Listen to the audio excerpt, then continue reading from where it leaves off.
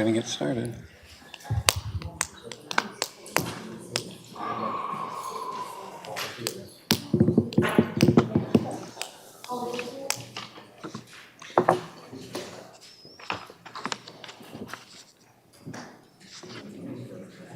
November 20th. I'm going to make that change.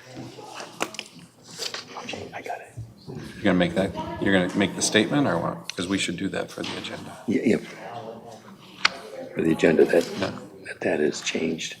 I just read it last time as Yeah, okay, 20. I'm ready. Ready? Okay. Good evening, the Charter Township of Plymouth's Board of Trustees special meeting for Tuesday, June 21st, 2022 will come to order. Mr. Clerk, please take the roll. Trustee Stewart. Here. Trustee Monahan. Here. Trustee Kermy. Here. Clerk Forba here. Treasurer Dorshevitz. Here. Supervisor Heisey. Here. We have a quorum. Very good, let's have Treasurer Dorshevitz lead us in the Pledge of Allegiance. I pledge allegiance to the flag of the United States of America and to the republic for which it stands, one nation, under God, indivisible, with liberty and justice for all. Very good. Approval of the agenda as far as item number E1 and I guess E2, just a minor correction. This will be for the unexpired position ending November 20th, 2024, not the 21st. Mr. Supervisor. Mr. Clerk. I move for the approval of the agenda as amended for Tuesday, June 21st, 2022. Motion is made by Clerk Vorba. Is there a second? Second. Second by Trustee Monahan. All those in favor signify by saying aye. Aye. Public comment limited to 3 minutes. I have my timer here if anybody's interested.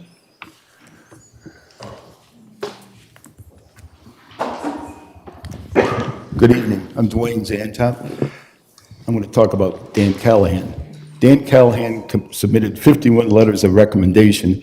They were from people from all walks of life, including a college professor, a well-known distinguished doctor. When Dan Callahan began his quest for position of trustee in 2020, he was unaware it was a paid position. He is a man who served his country, his community, a mentor, a coach, a youth sports volunteer for various charities throughout the impressive career, Ford Motor Company.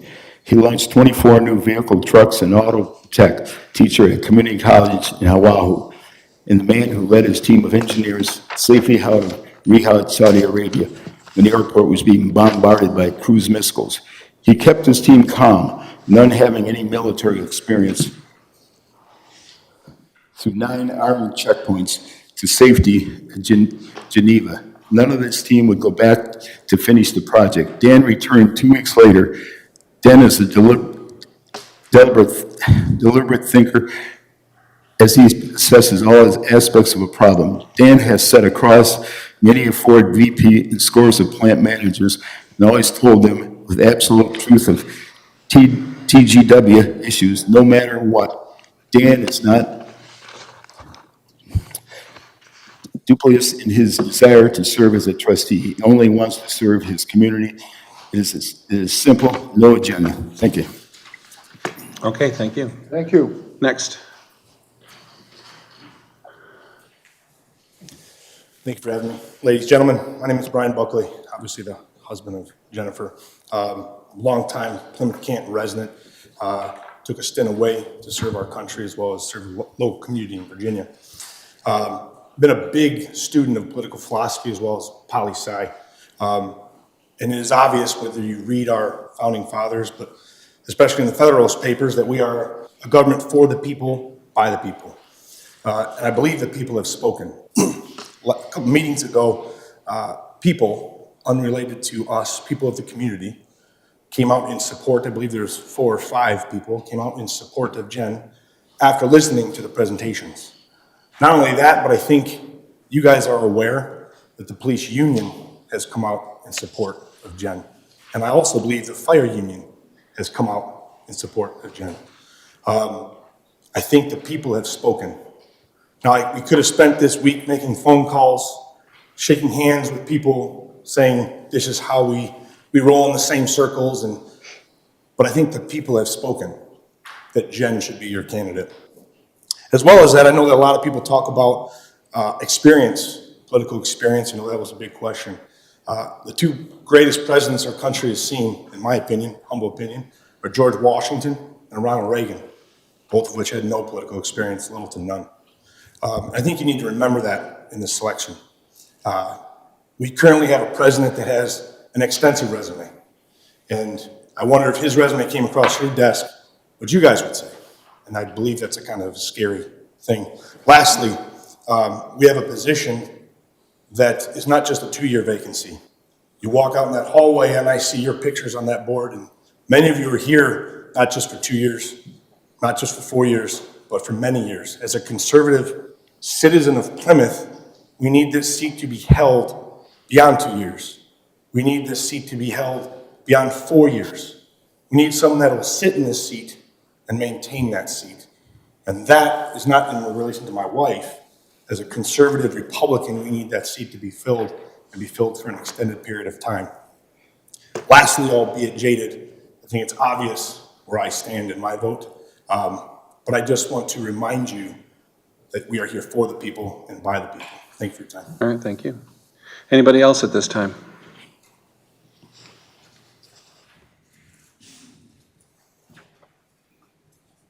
Hello, my name is Stephen Birmingham. I'm a Plymouth Township resident. I live in Lake Point neighborhood. I'm the president of the HOA. I wanted to take a quick minute to recognize what I think was some good work by some good people recently. I had a resident contact me about the sign in front of Plymouth Township Soccer Park by our neighborhood, and that it was weather beaten. I took that information to Sue Brams, and Sue Brams communicated that to Park Foreman Eric Anderson, who quickly responded and quickly replaced it with a new sign. So I think by having good people in the right spots, this was a job that was able to get done. So I thank the current board for having people in place and being responsive to issues like that for the neighborhood. Thank you. Thank you. Thanks for bringing that to our attention as well.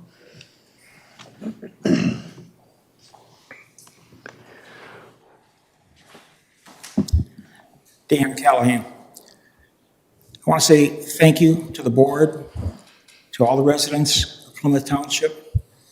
Appreciate all the candidates and all the input that was done. Again, thank you. Okay. Anybody else? All right, now we're going to proceed. Next up is, I'm getting a lot of reverberation here. Hold on.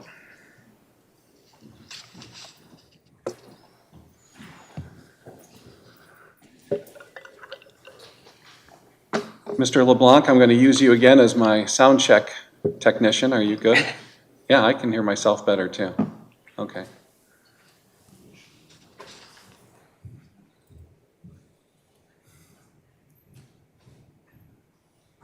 All right, Jerry, I'm going to turn it over to you.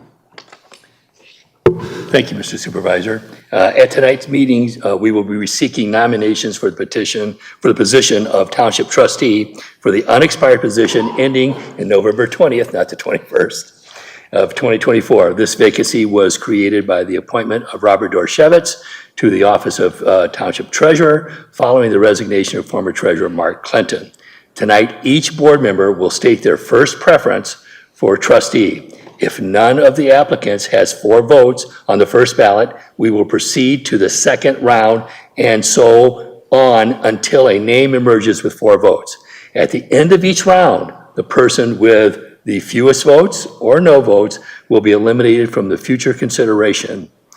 The person who emerges with the 4 votes will be appointed using our motion for that and will be seated immediately. Okay. Jerry, I have just a question. A gentleman out here said that Buckley was endorsed by unions. Did that come to us in email? How did we get notified? I'm not familiar We're with not that. aware of that? No.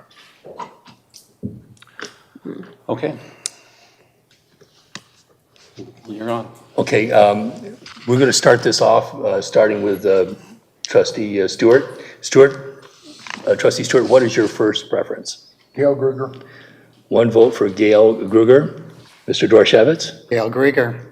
Gail Grieger. Supervisor? Jennifer Buckley. Jennifer Buckley, 1 for Jennifer. Clerk Borba? Jennifer Buckley. That's 2 votes for Jennifer Buckley.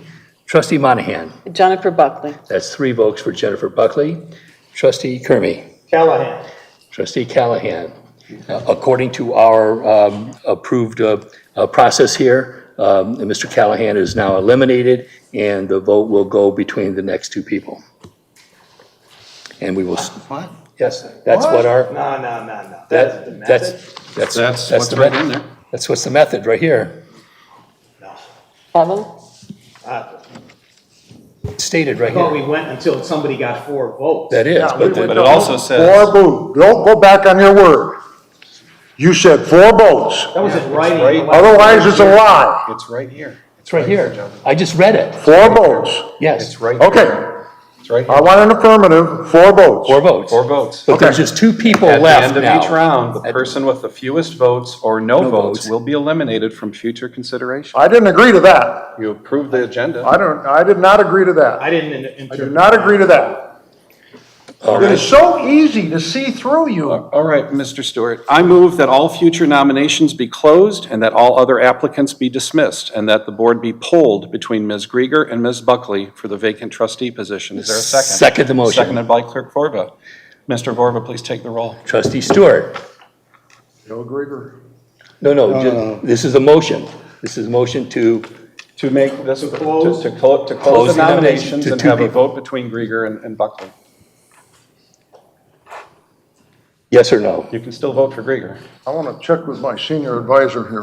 I can't advise you, John. You Yeah. gotta do what you wanna do. Yeah. What do you say? Yes or no? So close again? No. So he's voting No. No. Treasurer Dorchevitz. No. Clerk Borba, yes. Trustee Monahan. Yes. Trustee Kermy. No. Supervisor Heisey. Yes. So it failed. vote is failed, 3-3. Okay. So now I think we move to a second, I would move to a second, I would request that we revote, because we're not leaving here tonight until we have a vote, until we have a decision. I mean, a stall hands this over to Chuck Kermy and the Republican Party, and it takes it away It from has us. nothing to do with me. Absolutely, You're- absolutely. You're out of line. No, because you're on You're the out of it. executive, you're You're out on the of it. executive board of the Wayne 11th Committee. And I Your chair- abstained. Your I didn't chairman is vote here. for it. Then you should abstain tonight, sir. Then abstain tonight, do the right thing. You can't serve 2 masters.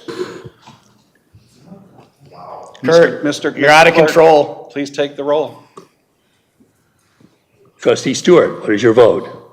What do we Grieger? Wait, Yeah, we're going to just keep We're just voting. gonna keep voting. We're staying here all night. I was in the legislature. I've run You were in the marathons legislature, before. you and I, and we had all-nighters, and we're willing to stay here all night until we have a resolution. John, unless you want the Wayne 11th to decide for you. That's your choice. Wayne 11th. Yeah. You're, I mean, you know what's gonna happen, John. Yes? Mr. But you asked of for order. it. You're out of order. You're out of order. But you brought this upon yourself. This is not a Republican convention that you can control, okay? You'll have your chance. Mr. Stewart? Mr. Stewart, what is your What is your vote? vote? Gail Grieger. Okay, Mr. Dorchevitz. Dorchevitz. Gail? Okay, Buckley. Okay, Buckley? Buckley? Jennifer? Jennifer? Callahan. Okay. Okay, we're going to keep going until this is all over. But I think we need to make something perfectly clear. Well, I guess I'm gonna have to say it. The way the law reads on this is that if we have continued deadlock vote, this matter will go to the party committees. So that's the Republican Party, the Democrats, Libertarians, et cetera. I don't know exactly how the Democrats do this, but apparently this matter would go to the Wayne 11th Executive Committee. I've contacted the chairman, Mr. Hooper, who is here tonight. I've contacted him 3 times looking for information.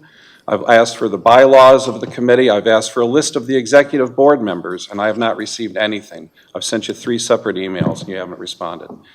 So I believe that we're being stonewalled by that organization.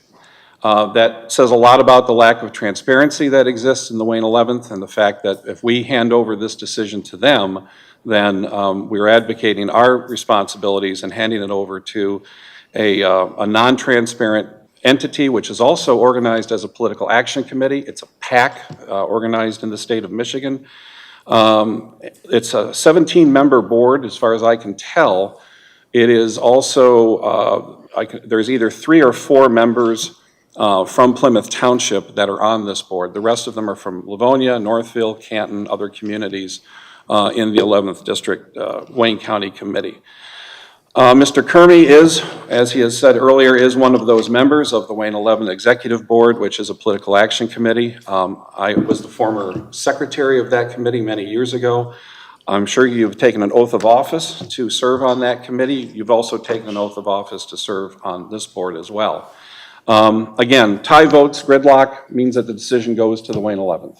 And the Wayne 11th has also said in a stated resolution, which I have copies of, that this was a resolution that they adopted last Monday. It was not a face-to-face meeting. I understand it was a phone meeting. And that, I'm not going to read the whole thing, but this is basically the motion where they excommunicated Gail Grieger and Steve Birmingham from the Republican Party. So I guess you can just maybe you'll get your money back, I don't know. And that only Dan Callahan and Jennifer Buckley be considered as Republican candidates. So that's the Wayne 11th resolution that endorses both Dan Callahan and Jennifer Buckley. It's my understanding from a very active Republican that Mr. Kermey recused himself from that vote, and I think that was the right thing to do, because you can't serve 2 masters, Chuck, and you know that. So that's where we stand as of tonight. I would, again, recommend that we bring this matter down to the 2 remaining candidates who received the most votes, and that's what we agreed to in our agenda tonight. And those 2 individuals would be Buckley and Grieger. Either way, though. Mr. Callahan only got 1 vote here. But either way, unless somebody gets 4 votes, they're not going to get. They're not. Well, I think, listen, point of order. I don't think she's the right fit. Point of order, Mr. Supervisor. Sure. It was stated by someone else that Mr. Kermey abstained from voting. He just said that he abstained from voting. And he abstained from voting because he had a fiduciary duty and swore an oath. And now he's trying to serve 2 masters. And he wants to throw it into the realm to where he's going to have control, he and his other minions.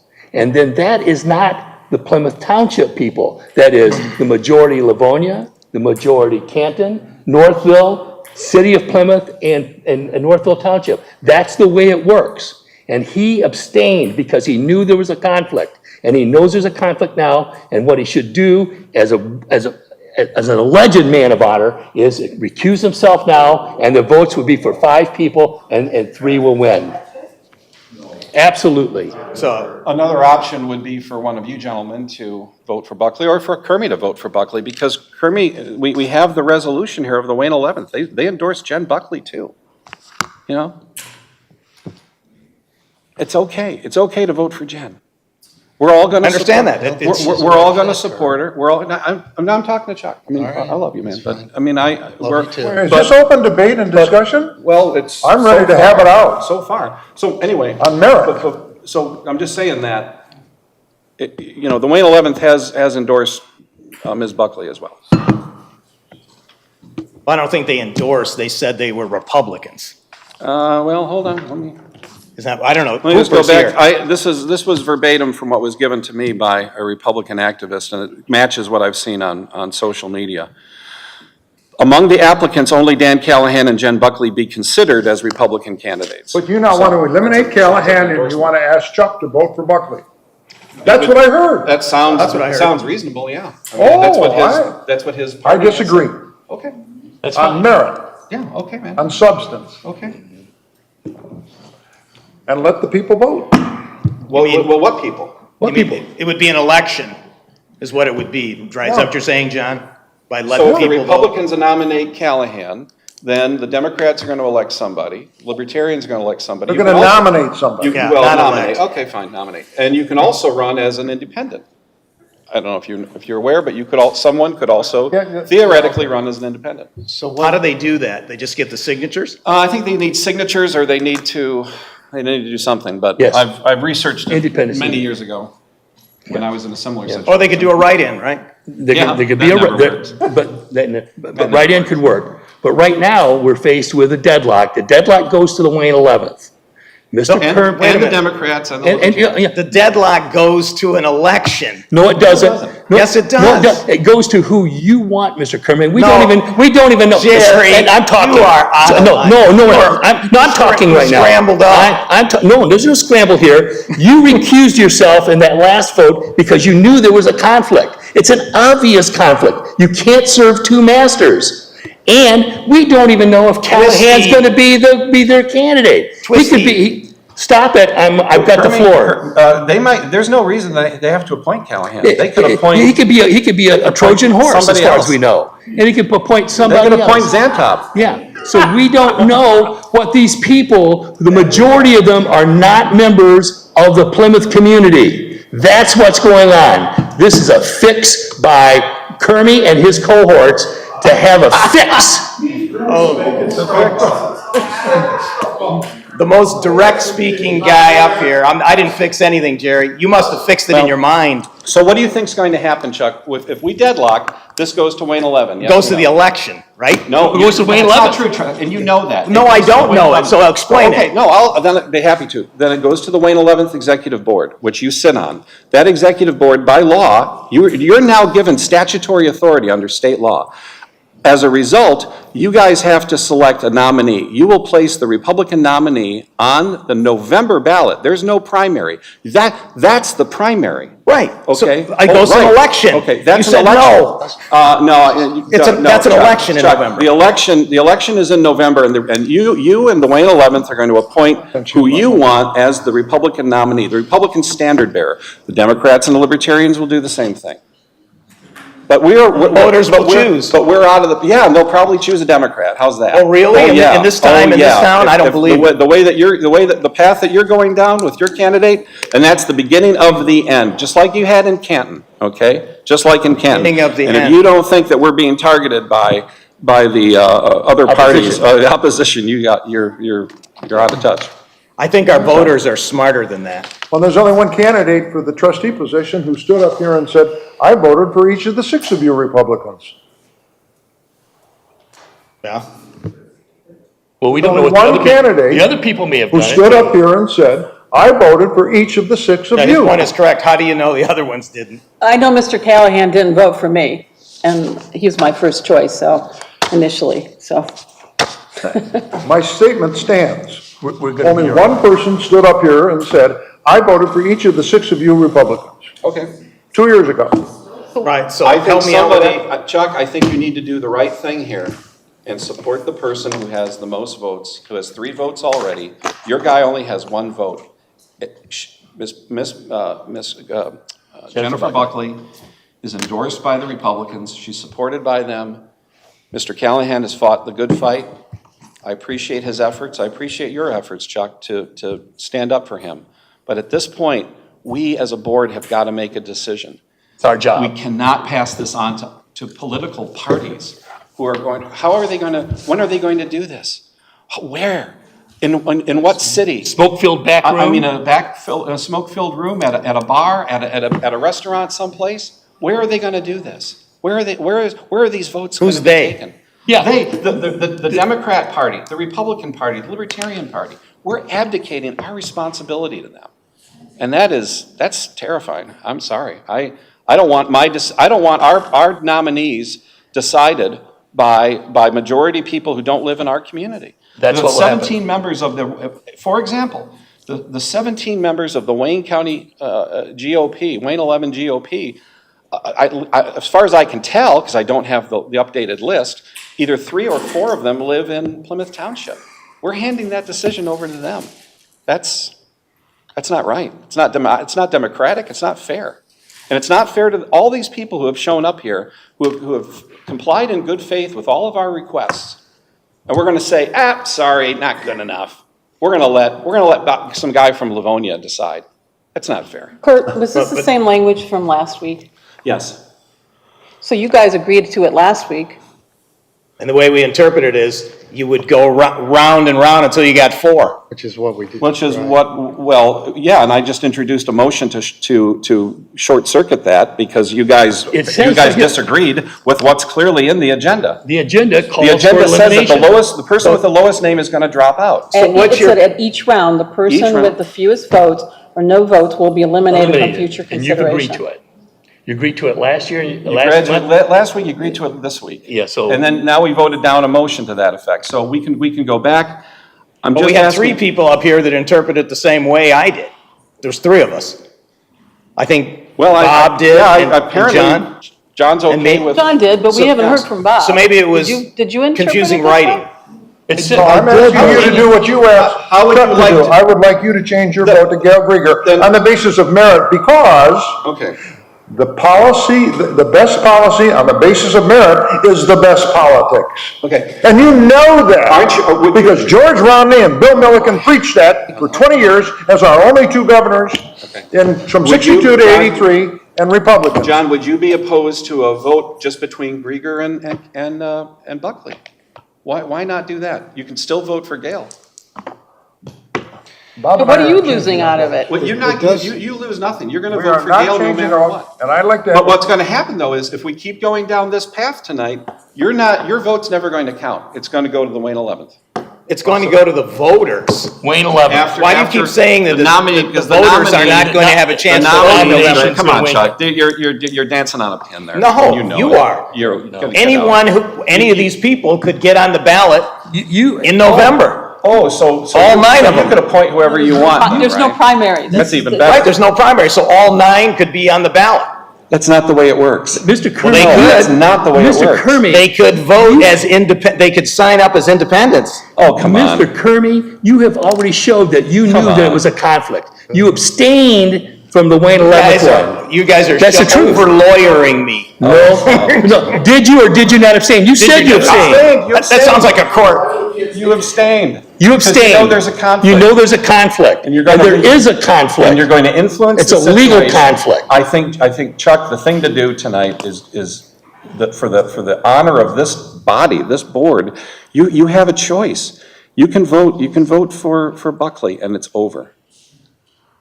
I am kindly. No, I hear the Pearson I am News please kindly asking you to do it, but for the substance, the merit, the quality, and the moral of your wife, Chuck Kermey. She is a My wife lady has of the nothing to highest. do with this. She is a lady of the highest respect, okay? You don't even know her. No. Oh, okay. Okay. What the heck I does don't that know. have to do irrelevant. with I'm that? sorry. That's irrelevant. I attributed those things to her. That's irrelevant. Okay. Oh, my gosh. Thank you, but I don't really think you know her. Okay. To be able to make that kind of a judgment. I would like to move for a revote. Is there a second? Second. Second by Mr. Clerk Borba. Okay. Okay. What are we so doing? We're going to revote. We're going to revote. All in favor of revoting, say aye. Aye. Okay. Okay. Okay, so we're going to go around the horn again, start Yes. with Mr. Stewart.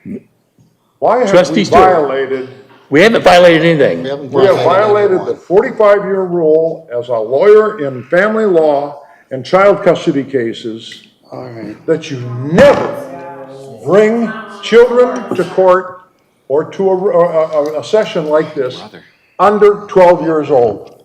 That is so offensive.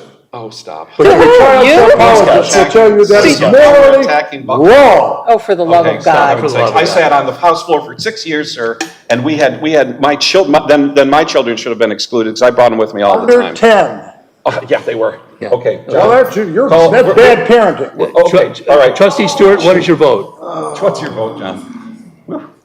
You know, That's Ms. why they're Buckley, still I'm there. sorry, They're I'm not- sorry they're that not you're gonna hearing vote. his rant John, what's your vote, about please? your personality. What's your vote, John? Buckley or Grieger? Well, it's Grieger. Okay. Yeah, Grieger. Okay, Bob, Trustee Stewart. I said Gail it's Grieger. time to break the tie, buddy. Gail Grieger. Okay. Buckley. Buckley. Buckley. Chuck, it's back to you. Callahan. Okay. See, he knows. He knows what's going to happen. knows what's gonna He happen. knows. It's gonna go- Yeah, it's I gonna do know go- a lot. You're It's right. gonna go to the Wayne Thank you. 11th. It's gonna go to the Wayne 11th. Yeah, I would love to have you come up here, Mr. Chairman. Did this. And we want your address too. He's the one that did this. He's the one that's violating his oath. He. Okay. I really don't want to No, discuss. there's no comment. There's All no right, comment right no, now. I let him come up. I let Okay. him come up. Supervisor Heisey, thank you for allowing me to speak. On behalf of the Wayne 11th, I am the chair. My name is James Hooper. I live in Livonia. Newsflash.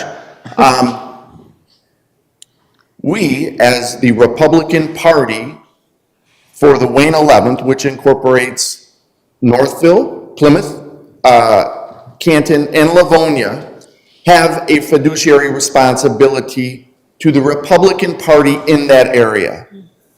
Conflict. I'm disappointed to hear the banter that is going on here in this board. The Wayne 11th worked hard to get all of these Republicans elected to this board in 2020. I personally gave up 7 Saturdays in our jurisdiction to do canvassing for all of the candidates that were running. 2 of those Saturdays were here in Plymouth Township. As it regards to Mr. Kermey, he abstained from that vote. My expectation of Mr. Kermey would be that he would abstain from another vote if it came to the Wayne 11th. We would choose a candidate that we believe has the best interests of the Republicans in Plymouth Township. To the point of, well, you would have folks that do not live in Plymouth Township making this decision. As the chairman of this organization, of this committee, our first responsibility would be to reach out to the Republican precinct delegates within Plymouth Township for their feedback to guide us on that decision. I think it is a incorrect foregone conclusion that we would automatically choose Mr. Callahan, which you seem very fearful of. Our job is to make sure that we have a qualified Republican candidate in this situation on the November ballot. Question, did you interview all 9 candidates that submitted their credentials? No, we did not. Did you form an opinion based on what somebody else told you or based on rumor and innuendo and lies? Did you interview all 9 candidates? How were you guys able to pick 2 people and say we endorse them if you'd never even talked to the other ones? Based on the information that was presented by Plymouth Township precinct delegates I'm a at our precinct meeting. delegate. I didn't present any information. Nobody asked me. You got the information from Dwayne Zantop. We all know it, okay? We get the same emails. I did not get the information from Dwayne. They're insulting, they're incendiary, and they're threatening, and we resent it. I resent it, for one.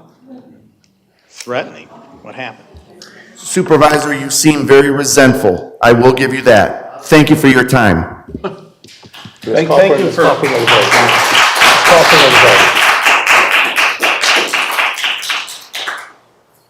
We're going to give the board another opportunity to vote. Trustee Kermey. Callahan.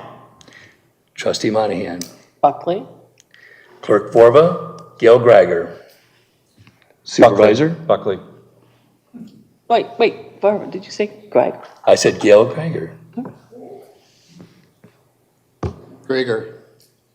Gail Grieger. Okay, so Grieger has 3 votes, and Buckley has 2 at this point. Okay. And Callahan has 1. Where, I'm sorry, I did not hear. Who was the third Grieger vote? I am. Jerry changed his vote. I'm not going to allow this to go to, I'm not going to allow this to go to the Wayne and have you decide. Oh, Jerry. Yeah, that's right. And you have a conflict here, and you knew it. That's why he abstained before. I'm not going to allow this to go past this board. I did not. The bamboo that bends is stronger than the oak which resists. Okay, thank you. Thank you, Mr. Clerk. All right, so Now we've got 3, 2, and 1. Let's go for another vote. let's start with John. John? What is your vote? Who's your choice? Gail Grieger. Okay. Bob? Gail Grieger. Supervisor Heisey? Buckley. Clerk Borvick? Gail Grieger? Buckley? Trustee Kermy? Callahan.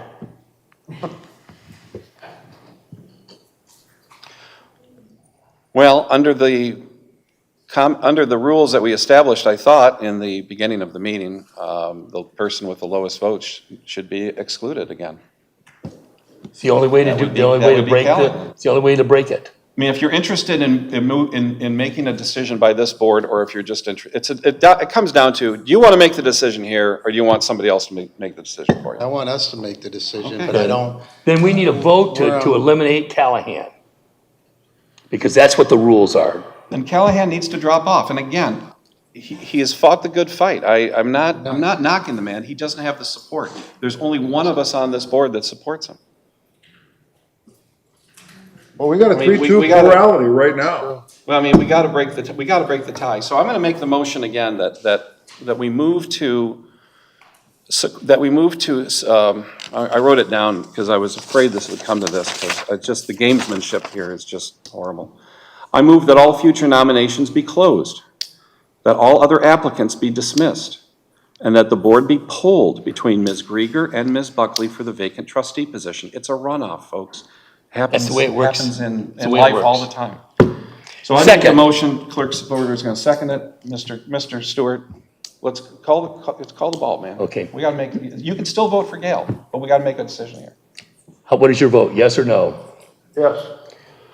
yes. Yes. Yes. Yes. No. Okay. Motion carries. Mr. Callahan is eliminated by vote. And again, Mr. Callahan, thank you for your interest and your participation and for your service to our country. I really do appreciate it. And I hope that you consider public service again. So, We do appreciate it. all right. Trustee, no, So we have a we're gonna vote go- again? So we have to go around the horn again. Okay. Trustee Kermy? So who are we voting for? It's Who are the either candidates? Buckley Either or... Buckler or- or Gail Greger? It's either Buckley or Grieger.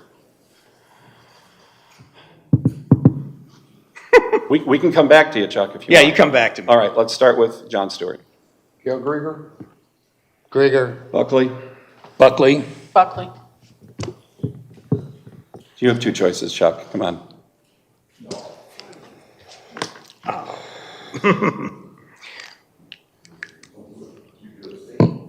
No, you can't abstain. Can't abstain.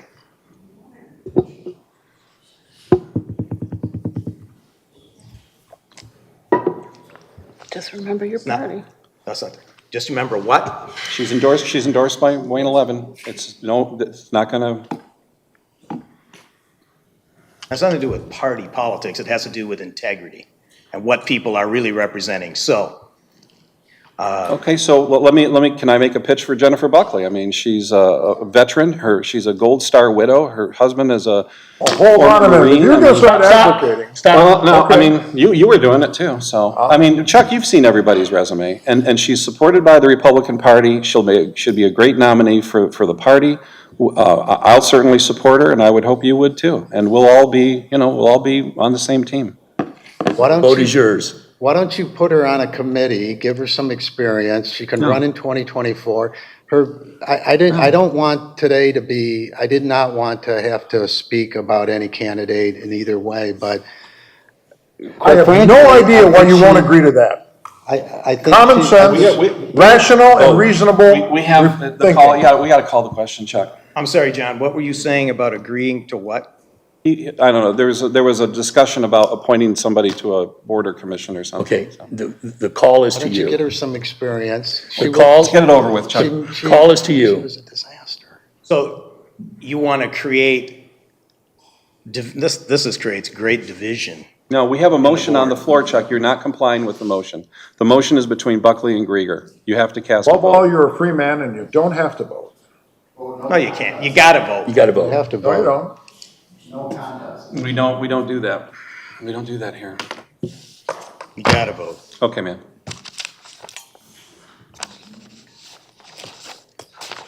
So let's take a recess then. No, we have a live motion Live on the motion floor, table. and it's your turn to vote.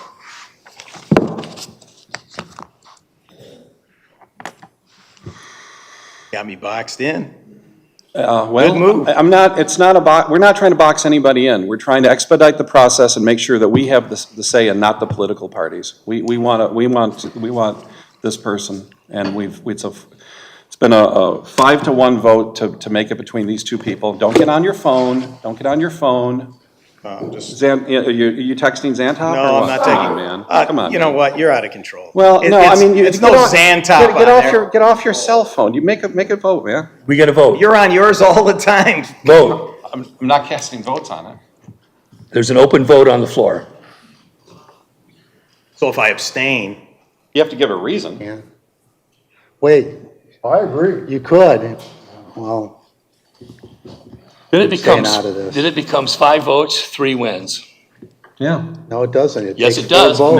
No. Present and voting. President voting, abstain, Bob, we've gone down that road before. So, wait a minute, trustee It's not, we're not debating fitness at this point. We're not debating the politics. We're not debating fitness? It's a 2-2 vote at this point. We're trying to. see, that's the problem right there. We're not debating. Okay. We can't. Well, we can. Unfortunately. Well, I mean, the Substance, the question It's is on been the called. table. It's on the table, man. It's a qualifications, live vote on the table. I mean, experience? I'll keep the board open for you here for a couple more seconds, but we gotta move on. We got to move on. So wait a minute, trustee, Clerk Warber changed his vote. No, Did.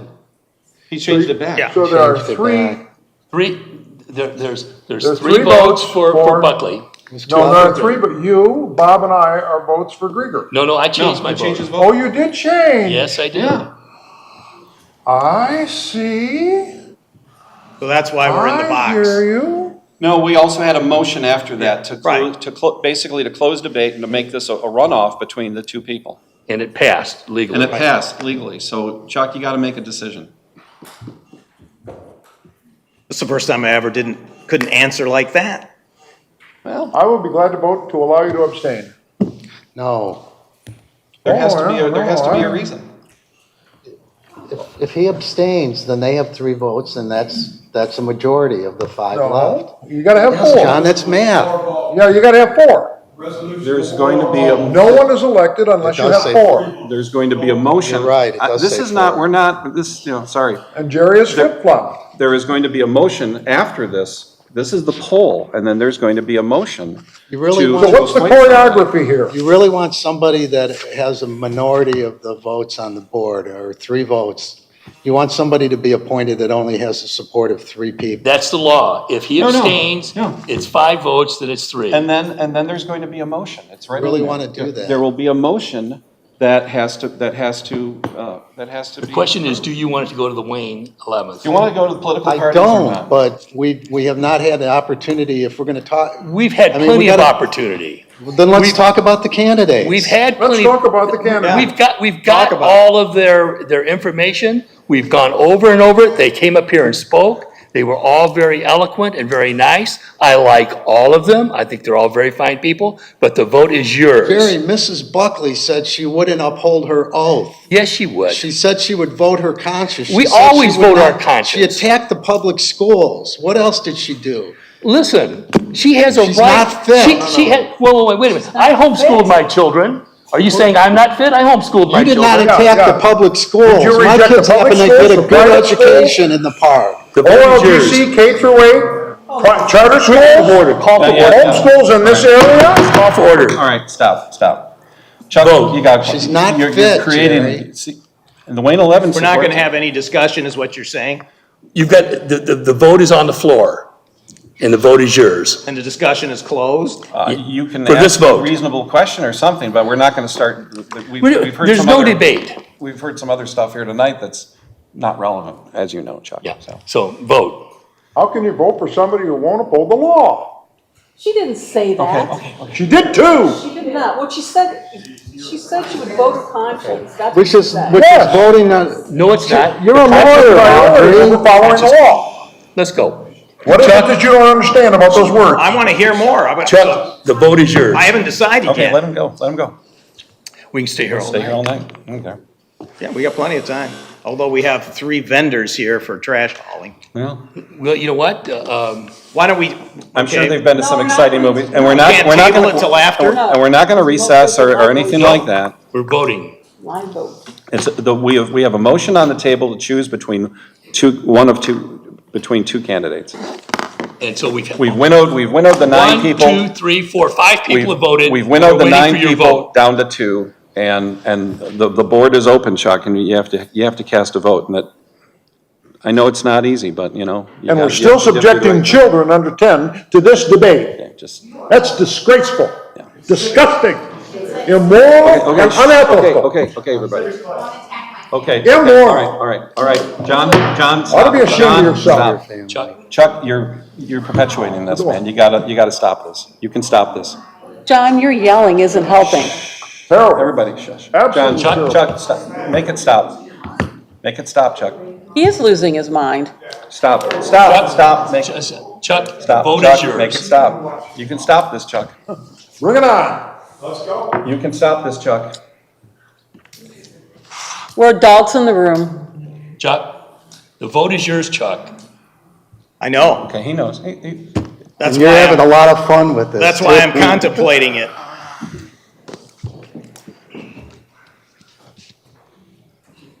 And I appreciate you giving me some time to Okay. deliberate over it. Thank you, sir. I appreciate it. Hey, can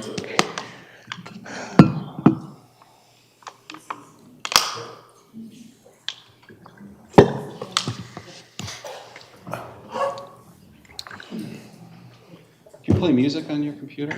Is this like on Jeopardy? We got to. Yeah, I could do that, It's up but to I you. I really However you don't wanna sing do it. well.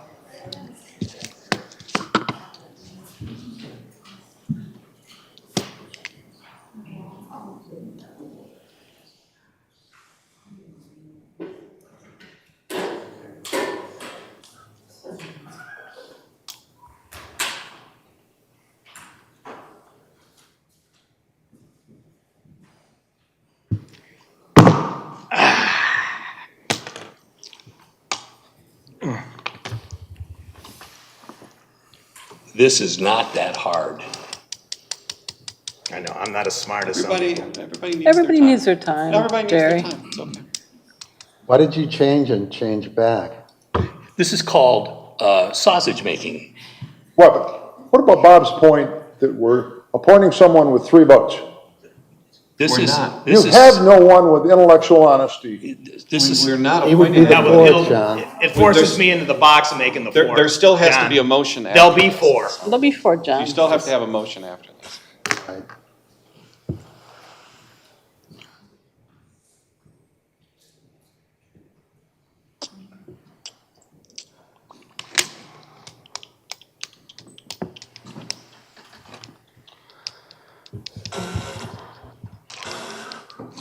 Two years from now, that'll be interesting. very.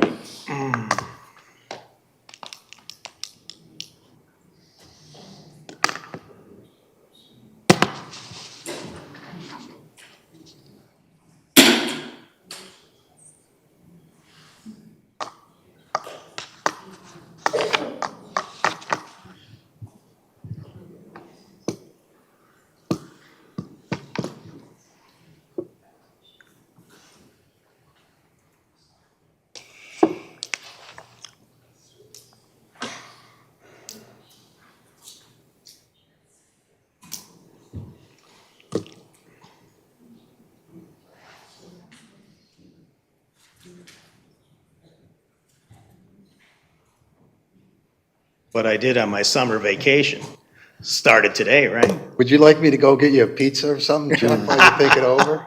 They used to bring cots into us in the legislature. What was it? They brought Cots. They bring in Cots. sleeping bags and stuff. Sleepy Bear. Sleeping bags. I know, but They'd that way bring you in could be a sleeping sleepy bags. bear, like on the Travel Lodge. Yeah.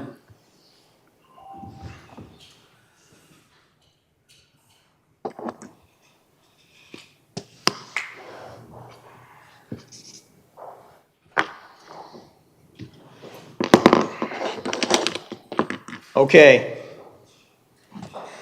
Buckley. Okay. Motion carries for Buckley. Okay, it's not a motion. I move that the Board of Trustees appoint Jennifer Buckley to fill the vacant position of Township Trustee for the unexpired term ending November 20th, 2024. Said individual to be sworn in by the Township Clerk and installed immediately. Is there a second? Second. Second by Vorba. Mr. Clerk, please take the roll. What are we voting on now? This is the motion. that she- Motion to appoint Buckley. The motion. Okay. You gave a preference and now we're Okay, voting. Okay. Trustee Kermy. Wait, let's start with Borba. I'm Okay, looking at the okay, list okay. here. Vorba, Yes, yes. I'm looking at mine. Kermy, Yes. Okay. Stewart, No. Dorshevitz, No. Monahan, Yes. Heisey. Yes, Ms. Buckley wins. come on up. Can you stand right here? Stand right here. I'm going to read this in small pieces for you, and if you would be so kind, just turn sideways here a little bit so Yes, me you too. can get pictures. Please raise your right hand, Ms. Buckley. I, Jennifer Buckley, I, Jennifer Buckley, do solemnly swear do solemnly swear that I will support the Constitution of the United States, that I will support the Constitution of the United States, the Constitution of the State of Michigan, the Constitution of the State of Michigan, the laws, ordinances, and policies the laws, ordinances, and policies of the Charter Township of Plymouth. of the Charter Township of Plymouth. I will faithfully perform the duties I will faithfully perform the duties of trustees for the Charter Township of Plymouth, of the trustees of the Charter Township of Plymouth, being ever mindful being ever mindful my service a reflection on the Township of Plymouth, that my service is a reflection of the Township of Plymouth, and I will discharge these duties and I will discharge these duties according to the best of my abilities, according to the best of my ability. so help me God. So help me God. Congratulations, trustee. Sorry what we had to do.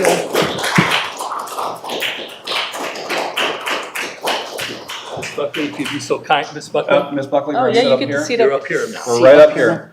You're official. You're up here. I move that we take a 5-minute recess, and Trustee Bulkley, if you would like to have some family photos, we can do that either tonight or we can do that at some other point for your convenience. But we do have a meeting to conduct here tonight.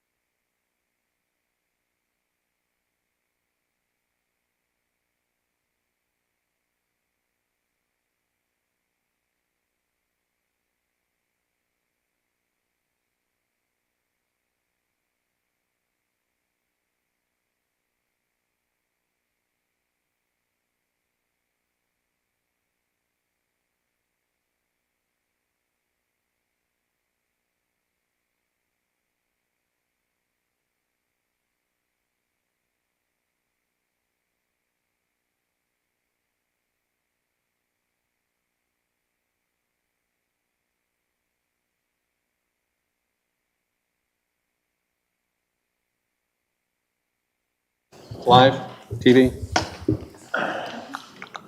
Mics are hot. All righty. And now for something completely different. We are now going to interview the waste haulers. We're We're going to stop the trash talk and go just do. Stop. We're going to interview waste haulers tonight, and we went out for bids a long time ago. I forget when that was. I think we started last year when we issued the RFPs. RFPs were due.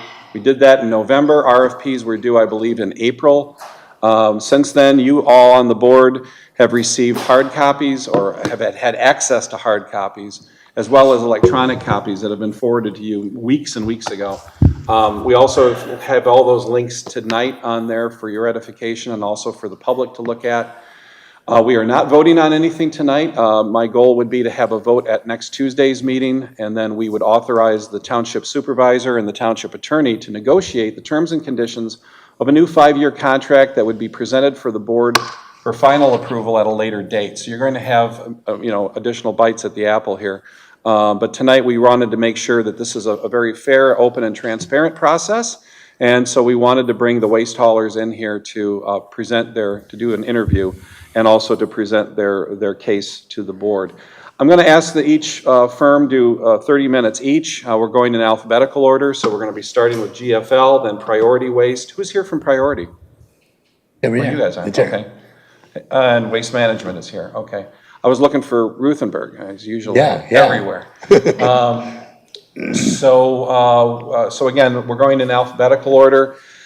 I don't know, you guys are pros, you do this all the time, so I'm trying to set parameters of maybe like 30 minutes for each presentation. It's 8 o'clock right now, and we're all getting tired. We're all going to be pretty tired in about an hour and a half, so let's start with GFL. And I also, come on up here, Sam. And then also I asked the vendors if they wouldn't mind sharing the space with us tonight and not be sequestered, and they've agreed that they will stay in the room here together. I'm sure they've all seen and heard these presentations before from themselves and each other. So, and then I would also, my recommendation. Dorashevitz will do he'll change the slides. Yeah, just let me know Hold when on, you guys. want to switch slides. So my recommendation would be for the presenters to give their presentation and then take some question and answers from us. Also with us tonight is Sarah Wiesel. Sarah Wiesel is the township's solid waste coordinator. It's not a very exciting title, but she does a great job. Thank you. And when you call with complaints or concerns about solid waste or household hazardous waste or yard waste, Sarah is typically the person that you talk to, and she is the answer lady. And she does a great job. And I'll tell you, she has gone through these contracts very thoroughly. She has also gone through our existing contract. She's also made sort of a running list of citizen concerns and frequently asked questions that we get out in the field. And she's bringing all of those forward tonight as well. And Sarah's also a great resource for us, and so feel free to ask Sarah questions as well. So tonight we are going to start with Sam Caramango. How do you pronounce that? Caramango. Caramango. And he's with GFL, and I'll hand it over to you, Sam. Well, good evening, board. Nice to be here tonight. I do enjoy being here. I brought with me Mary Dean, who's our customer service center manager. In the event there's any questions that she needs to participate in answering. We've got our presentation here. Is there a clicker or someone? Yeah, just let me know, just nod or something. Go ahead. GFL, we are your current provider. We have been for a number of years. We service many communities in and around the existing area, neighbors to both the east, west, north, and south of you. Go ahead and switch again. GFL, founded in 2007, the fourth largest diversified environmental services company in North America. We have a portfolio of solid waste, liquid waste, and infrastructure services and operations in 27 states and 9 provinces. 19,000 employees dedicated to servicing customers' needs, and we're now a public company traded on the New York Stock Exchange and Toronto Stock Exchange. You can see our segment of offerings almost 80% of them being solid waste. Go ahead and switch again, please. We serve over 4 million households through 900 municipal contracts across Canada and the U.S., and we have thousands of trucks operating from 195 locations. 88 landfills, 28 MRFs, and 15 organic facilities. And again, you can see the breakdown listed below. And what again is a MRF? MRF is a recycling facility. So your recycled products will go sorted, baled, shipped off to end markets. Got it. Next slide, please. As I said earlier, fourth largest diversified solid waste company in North America, rapidly growing company, much the same as what Waste Management was back in the 70s and 80s, continuing to grow and look at specific and target areas to grow this company. We have 180 acquisitions since GFL was founded by Patrick DeVigi in 2007. And we have 230 solid waste collection operations, 10,000 trucks, and again, I said earlier, 19,000 employees. You can see on the screen all of our operating locations, our landfills, our headquarters in Toronto and Raleigh, North Carolina. So you can see we're growing rapidly, and we cover a great part of North America. What's the symbol for landfills? I'm sorry? What is the symbol for landfills on the map? Oh. Doesn't look like on. Maybe it's not on there. Does it matter? Probably need a better description on the map of the specific landfills. There's no, hard to see with that illustration. It doesn't matter. You do own the landfill in Salem Township now? Yes, we own Arbor Hills landfill, yes. You own it? Yes. Okay. Next slide, please.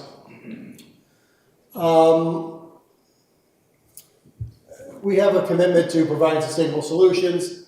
You can see here environmental management, system tracks, regular compliance, various performance measures.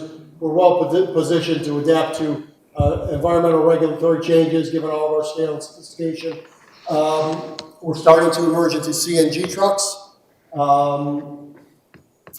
landfills with the ability to generate electricity and gas recovery. Next slide, please. Next slide. You'll see here your landfills are located with the triangle. Your hauling sites in Michigan, your organics processing sites, and your transfer stations along with your MRFs. That's something that we're proud to say that we locally have landfills for your trash. We have organics facilities for your yard waste and recycle facilities, MRFs for your recyclables. We have all of those features under the GFL umbrella here locally in Michigan and across North America. What's that? Recycling. Recycling facilities, MRFs, material recovery facilities. So that's where all of our recycling goes, and it's a giant factory where everything's sorted and everything. Yeah, it's a giant, large building that sorts your materials through a series of conveyors, magnets, tumblers, hand sort. If you've never toured one of these facilities, I would encourage you to do it. I don't, whether it's owned by anybody. It's a fascinating thing to tour. And Yeah, we certainly would welcome you to join us for a tour anytime you like. And where is your closest MRF? New Boston. New Boston, Just south of here. What roughly proportion of materials that go into recycle bins are not recyclable? You're probably, depends on the community, you're probably have a 25% residual waste that comes out of there. You'll have suitcases, extension cords, baseball bats, things of this nature. I think if you follow exactly what your recycling program calls for, that will get recycled. The list of things that are non-recyclable is too long to list. Just got to kind of stick to the items that are part of the program. Next, please. Here is our regional fleet specifications. Our average age of our fleet is just under 4 years. Routed trucks, 1,254. CNG trucks, it says Tux trucks, listed there, and regional support fleet count 129. Next slide, please. Okay, so what's a CNG truck? Compressed natural gas. Okay. Are you using that natural gas from your landfills for the trucks, or it's too dirty? No, we're not using natural gas from our landfills, not this time. Methane? This is pipeline gas. That's what it is. Compressed natural gas is methane. He's right. I don't know about dirty versus clean methane. Are those being used in Plymouth You Township right lawyers don't now? know. No CNG trucks are used in No. Plymouth Township, no, not right now. What was the Are they coming question? to Plymouth Township? I'm sorry. Sarah, what was the question? We can't hear you. I'm sorry, my question was, are there any of those trucks being used in Plymouth Township? Our fleet's ever evolving, and we have plans to move into compressed natural gas Okay, fleet, but okay. nothing right now. Okay. Nothing's active right now. Yeah, her mic is on. What you see here, here's just a little description of some of our fleet. This is what we call a mini packer. This truck's utilized to pick up missed pickups, should we have them, tight cul-de-sacs where maybe a big truck can't get down, backdoor service if you should have that. Many communities do, where you can't send a big truck up someone's long driveway. In this case, a small truck like this serves that purpose. Some of our lead men that are up-and-coming route managers will drive this truck and get familiar and comfortable with the community. This is considered a residential front-load truck. This truck is a one-man unit, stand-up right-hand drive. It has a bucket on the front of it. The bucket goes up in the air and dumps into the back of the truck. It also has an arm contraption on it that reaches out and gets you a recycle bin, dumps it into the bucket, sets it back down, moves on to the next house. One of the nice things about this type of truck is everything's in front of you. When you're driving down the road, everything's in front of you. The bucket, the arm, the next customer, everything's in front of you, as opposed to some of the other trucks I will show you in a minute. Do you have to have a fully automated system for that?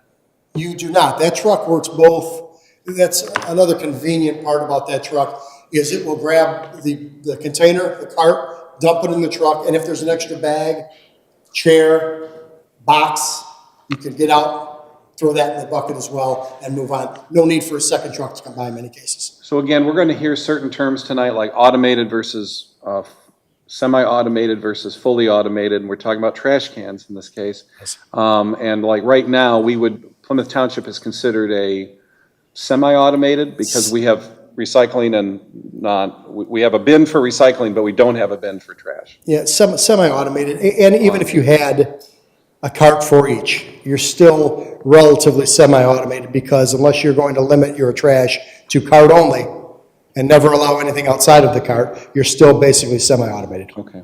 Okay? Here's a little picture of the truck again. We can move on to the next slide. Are you using this truck in Plymouth Township? Yes, we use these trucks everywhere, a mixture of these trucks in many, many communities that we serve. Yeah, I've never seen this. I've never seen At that. my house, at least, but We do. So what happens if somebody, so the bin has to be oriented properly, right?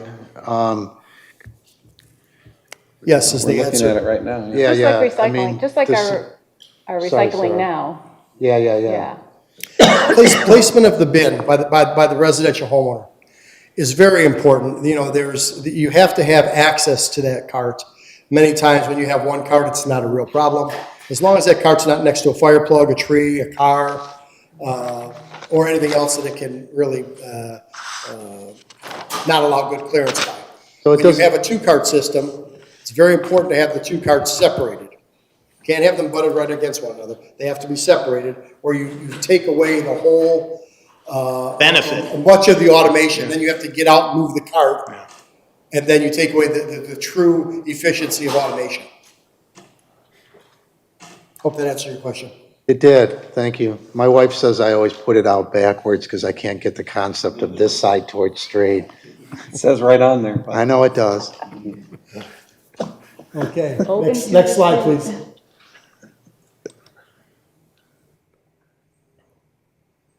It's not advancing. I think we have to let it play itself out here. Fast forward to the end. Damn it. Damn it. Just let it run. Here you go. Nope. Oh. Here. Oh, boy. What do you do in most communities where you cannot get the clearance to do the dump? You just leave it? Now, you don't have to dump that truck overhead at every house. It all depends on how much you're picking at each house. You can go 3, 4, 5, 10 houses in some cases until you have no tree or no overhead wire. There's not a lot of overhead wires in many parts of the township right now, so it's not really a problem. But Also then I meant if the resident places it in a spot that it cannot be grabbed, what do? You leave it, or do you get out of the truck? no, that's the true help of the low entry cab. Driver steps out, goes around, grabs the car, brings it back to where it can be reached, and then has to dump it. Again, But that's wasted labor. it's an right? efficiency killer, yes. Yeah. Here's what we call a sidearm automated truck. Okay, you'll see that the arm and the contraption is behind. This is a right-hand drive, right-hand drive vehicle. The contraption to grab containers and carts is behind the driver now. We use this in a lot of recycle routes. Your recycle is not every house will put out recycling, but this is an automated, residential automated truck. The arm is behind the driver, and again, the better solution is the residential front truck. This arm is behind you as you're driving down the road. Not only do you have to watch where you're going, but you've also got to look at the mirror and align where this cart's going to get behind you. So you're trying to look at a couple different directions. Evolution is going to be more of the automated front load trucks than these, but you do see these running today, and you will for many years, but they're, in my opinion, not as state-of-the-art as the front loader. Okay? So they're being phased out. I'm not saying they're phased out. I'm saying my personal selection is not this. It's more of the residential front loader. I think it's a much better option. But when you're making truck purchases, you tend to favor the front version. We're trending, we've been buying and trending down the line of the front load truck. Am I in the right spot? Yeah, we move on to the conventional rear load truck. This truck, like we all know, a typical garbage truck. This truck can service carts if it needs to. It can service residential yard waste. It can service residential recyclables. It can service bulk waste. This truck, like we grew up with, all of us, is a typical garbage truck. These trucks are still in use, are very, very effective, and you need a blend of these with every fleet that you have in the event that you have first of all, they pick up yard waste. But if you need that for bulk waste, in the event that you have a flood, bad wind damage, tornado, you need these conventional garbage trucks in your fleet to make sure you can handle and help with any type of disaster. These are very, very important. We experienced that a couple of years ago when the massive flooding hit, and we put, through our size alone, our size of GFL here locally alone, we were hundreds of trucks out on the street, hundreds of trucks for days on end just to collect storm damage. We're one of the few providers that can do that in the Metro Detroit area. Good to know.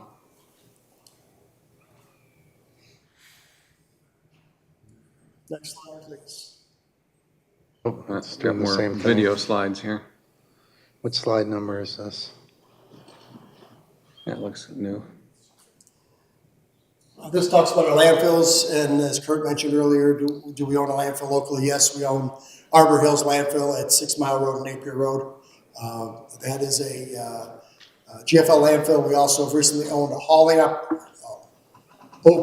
a hauling operation at that site. So the trucks that service Plymouth Township are dispatched right up the road here, not far away, much closer than when we serviced you before. So that's very convenient for us, very close to the township. So the Arbor Hills landfill is obviously very controversial. There's been a lot of issues. I don't want to go over them all. And since how long have you owned the landfill? We've owned the landfill probably less than 2 years. 2 years? Yes. Yeah, okay. So, it's been around a lot longer than that. I guess my only obviously, I would assume that you are striving to comply with all state and federal air quality mandates, et cetera. Absolutely. I know it's been a very difficult especially for the Northville folks. Do you take any sludge, sewage waste at that site? I think any sludge or sewage waste is very, very minimal there anymore. Okay. At one time, we had a contract to take that took some sludge from either Watua or YCWA as part of our system. Well, No, you know. no, we took yours. We took your leachate, that's it. Oh. We took the leachate off the bottom and ran it through with Western Townships Utilities Association. Yeah, and- And in exchange, we got free composting for several years. Yeah. That wasn't your company, it was No. somebody else at the time, I don't remember, Republic or something. I think you're right, yes. Now, there is still a pipe there that connects, I don't know how we ever arranged that with Wayne County, but now that we own Watua outright and the county's not involved, but there is still a leachate pipe that I believe goes from the landfill into Northville. That probably goes into would have to go into the Watua I system think now. the pipe has its days back to Detroit House of Correction. I think it was their old pipe that it connected to. Well, no, it wasn't, No? but, no, I think I authorized that pipe back in the mid-2000s. So it was a new pipe? All right, Yeah, okay. so it's my fault. I thought we somehow used Okay. it. All right. Are you moving, existing. you want us to move along, Bob? I'm just saying it's his time. Yeah, oh, no, but we're not gonna. We're not gonna We're not cut gonna be short. hard on them. Here's a picture of one of our MRFs. We have 6 of them. New Boston, Traverse City, Flint, Romulus, Royal Oak, and Battle Creek. We're positioned to add 2 more MRFs, one in Pontiac, and Arbor Hills actually did open. It's cardboard and fiber MRF that's open now. And artificial intelligence, technology with these MRFs is ever changing. We're continually investing to make these MRFs, recycle plants, state of the art as we can possibly be. What did you say at Arbor Hills, cardboard? Cardboard and fiber, yeah. Typically taking cardboard loads and fiber, paper product, not so much what you're gonna get at the curb with your recycle. Oh, that may bin. be from like a grocery store that compacts the Yes. boxes. You would take it directly to Arbor Hills Yes, for sorting. for sorting, yes. You mean corrugated containers? Corrugated containers, yes. Okay, not cardboard. He used to be in the cardboard box business. No, corrugated container. So what is the global market for cardboard, recycled cardboard? You know, now? I don't know that number right off the top of my head right now. I'm not in. No, my question on the is- MRF side. It does rise and fall. Yeah. I know that one of the more profitable pieces right now of all things is milk jugs.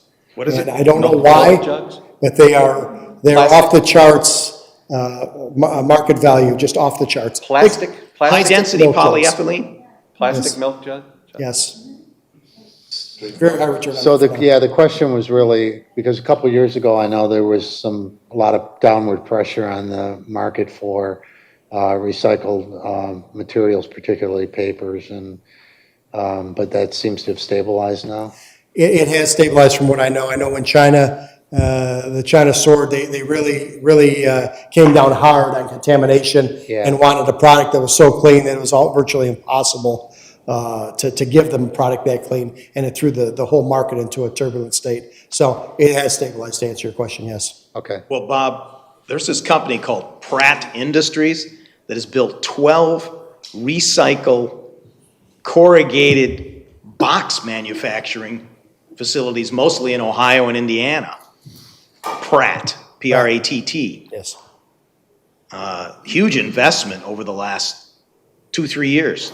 So I guess I'd like to learn more about that question, about the market for cardboard, because we're generating a lot of extra cardboard because now with home delivery. Absolutely, all the Amazon boxes and home delivery, yeah. If you'd like, we could schedule, like I said, a MRF tour for you, and we can get you far more knowledge, market price, and you can kind of see how this goes through the system and how we pull them materials out. It's an interesting tour. If you'd like to see it, we can schedule it when it's convenient for you. Fascinating. Next, please. We do have our own organic processing facility. We've got one up in Lapeer. We've got one here in Arbor Hills. This is where your yard waste goes and has gone, and turns it into eventually a mulch product, a finished product that people use for their gardens and their plant shrubs and putting in their yard. So it comes out as a nice, rich product, but these sites have been open and operating for some time now, especially the Arbor Hills site.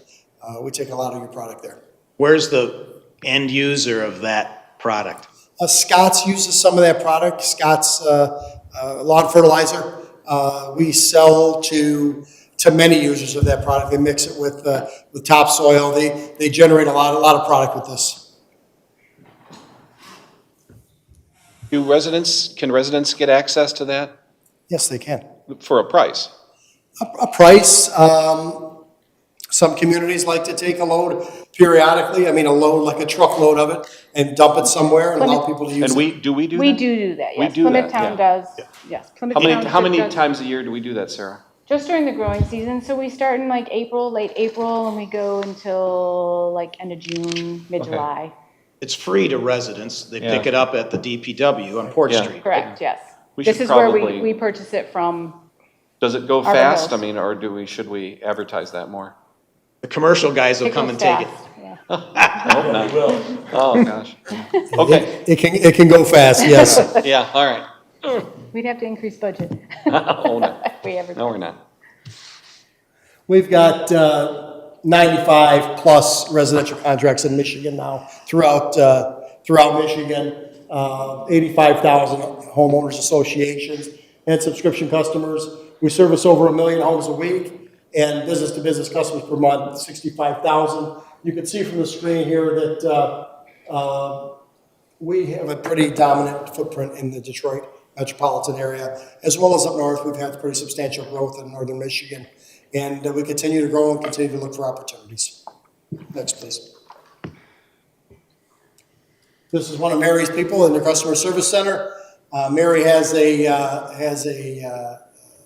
an office area probably twice the size of this room, and customer service staff folks that answer phones, respond to complaints, new sales, and she's it's a constant theme these days for staffing, trying to keep people in the office, training them and retraining them, but Mary does a nice job with that and keeps us on our toes. Next slide, please. Again, you're looking at some of the service area. It goes far to the right and still goes back towards us here. That's kind of what it looks like. Next slide. We have a television and monitors in the call center as well as throughout our building. It tells us the lag time on the phone calls. It tells you if you're falling behind somewhere or you need to shift some emphasis to another call center, call line. So we track that all the time to see where our needs and where Mary can shift her needs for her staff. Next slide, please. Q alerts. Sarah's pretty versed on Q alerts. When we send in, Q alerts are when someone calls in and say, you missed my trash, I put my trash out late, I've got an eviction to be picked up. Sarah puts these in the system, and this immediately goes to the route manager who's out on your street in a pickup truck and says, let me go to 123 Main Street and see what you got and resolve that situation, and then close it out and say, okay, this was collected, or this wasn't collected for some reason. Maybe it's a can full of concrete driveway. Who knows what it may be, but it allows pinpoint accuracy right to the stop so we can respond very quickly and timely. Next slide. More detail you'll see, there's a drop point here. We used Orion Township on this map, but that's specifically where Indianwood Street is. Right there is where we need to go for that stop. It's on a tablet with the route manager all day long. Next slide. So this is like a closed loop intranet, right? Between you and Sarah? Yes. So the public doesn't have access to this? Public They doesn't. do, our public does have access, sorry. Yeah. Okay. Yeah, through the PT link. Yeah. I mean, we have access to an app that people could download. It's really not very user-friendly, and it's something we can take a look at in the future, but I'm not, I probably get more complaints through Facebook, than this. so. Residents do use it though, I mean. Do they? Yeah, not a lot, but I mean, it does get used. All right, well, it's something we should, Yeah. we should take a look at. Okay. Next. GPS, mobile GPS tracking. We always know where our trucks are at. They've got GPS tracking on them. So we can look up truck 7609 and know exactly where that truck is at right now. Where it's at in the yard, where it's at on the road. I'll give you a quick example of that. We were in Fort Wayne a couple of weeks ago. We took a truck down to show the city of Fort Wayne, and we were in the parking lot of the city hall and said, where the hell's that truck at? And nobody knew. So I said, pull it up on the GPS unit, and there it was about 3 blocks away. So we watched it drive right into the lot. So it's very convenient. GPS tracking is nice for our equipment and the trucks that service your town. Next, please. Routing, we have a routing team. They're not here with us tonight, but we have a routing team that can take and specifically route every street, every customer on your township roads. And we can then watch that truck drive up and down those streets if we need to. Again, there's no substitute for the route manager being on the street in a pickup truck with the routes. When you don't have that, you're sure to have a failure. But we do have this ability as well. Next. Oh, hold on. Yes. Sarah, Yes. private roads, how are we handling pickup on private roads in Well, Plymouth there's Township? some private roads actually allow the trucks to come down, but the ones that do not, they bring them out they bring the items out to the main road. And it's working well? Yep. Again, routing, turn-by-turn navigation, how we want the routes ran. If you want to back down, we can say a back down. If you have a special stop that's a habitual problem for some reason, we can designate that stop on the map with a red box and say, for the reason we can designate that. It helps with efficiencies and customer service maybe Sam, issues. Yes. does the customer have access to the geo? No, we don't allow the customer to have access to geotab, no. Yeah. Next, please. And there we are rolling down the street in a day that's dramatically different than today. Yes. So, tough day for the workforce out there today when you have 90-some degree heat and over 100 or had 100 heat index. Makes for challenging conditions. There's still a lot of physical labor required for this job, no matter how automated it is. We take care of our folks.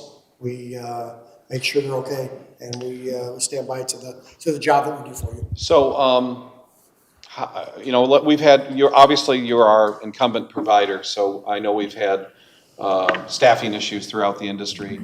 And where do you see the employment situation right now? Is it stable? Are you losing people? Are you getting people? And what are you doing to attract and retain folks? I think it's the workforce has stabilized compared to where it was 2 years ago, and even last year for that matter. There, obviously when COVID was here, you got a lot of absenteeism in situations where people are staying home and being compensated to stay home, where you were having a hard time getting folks to come to work.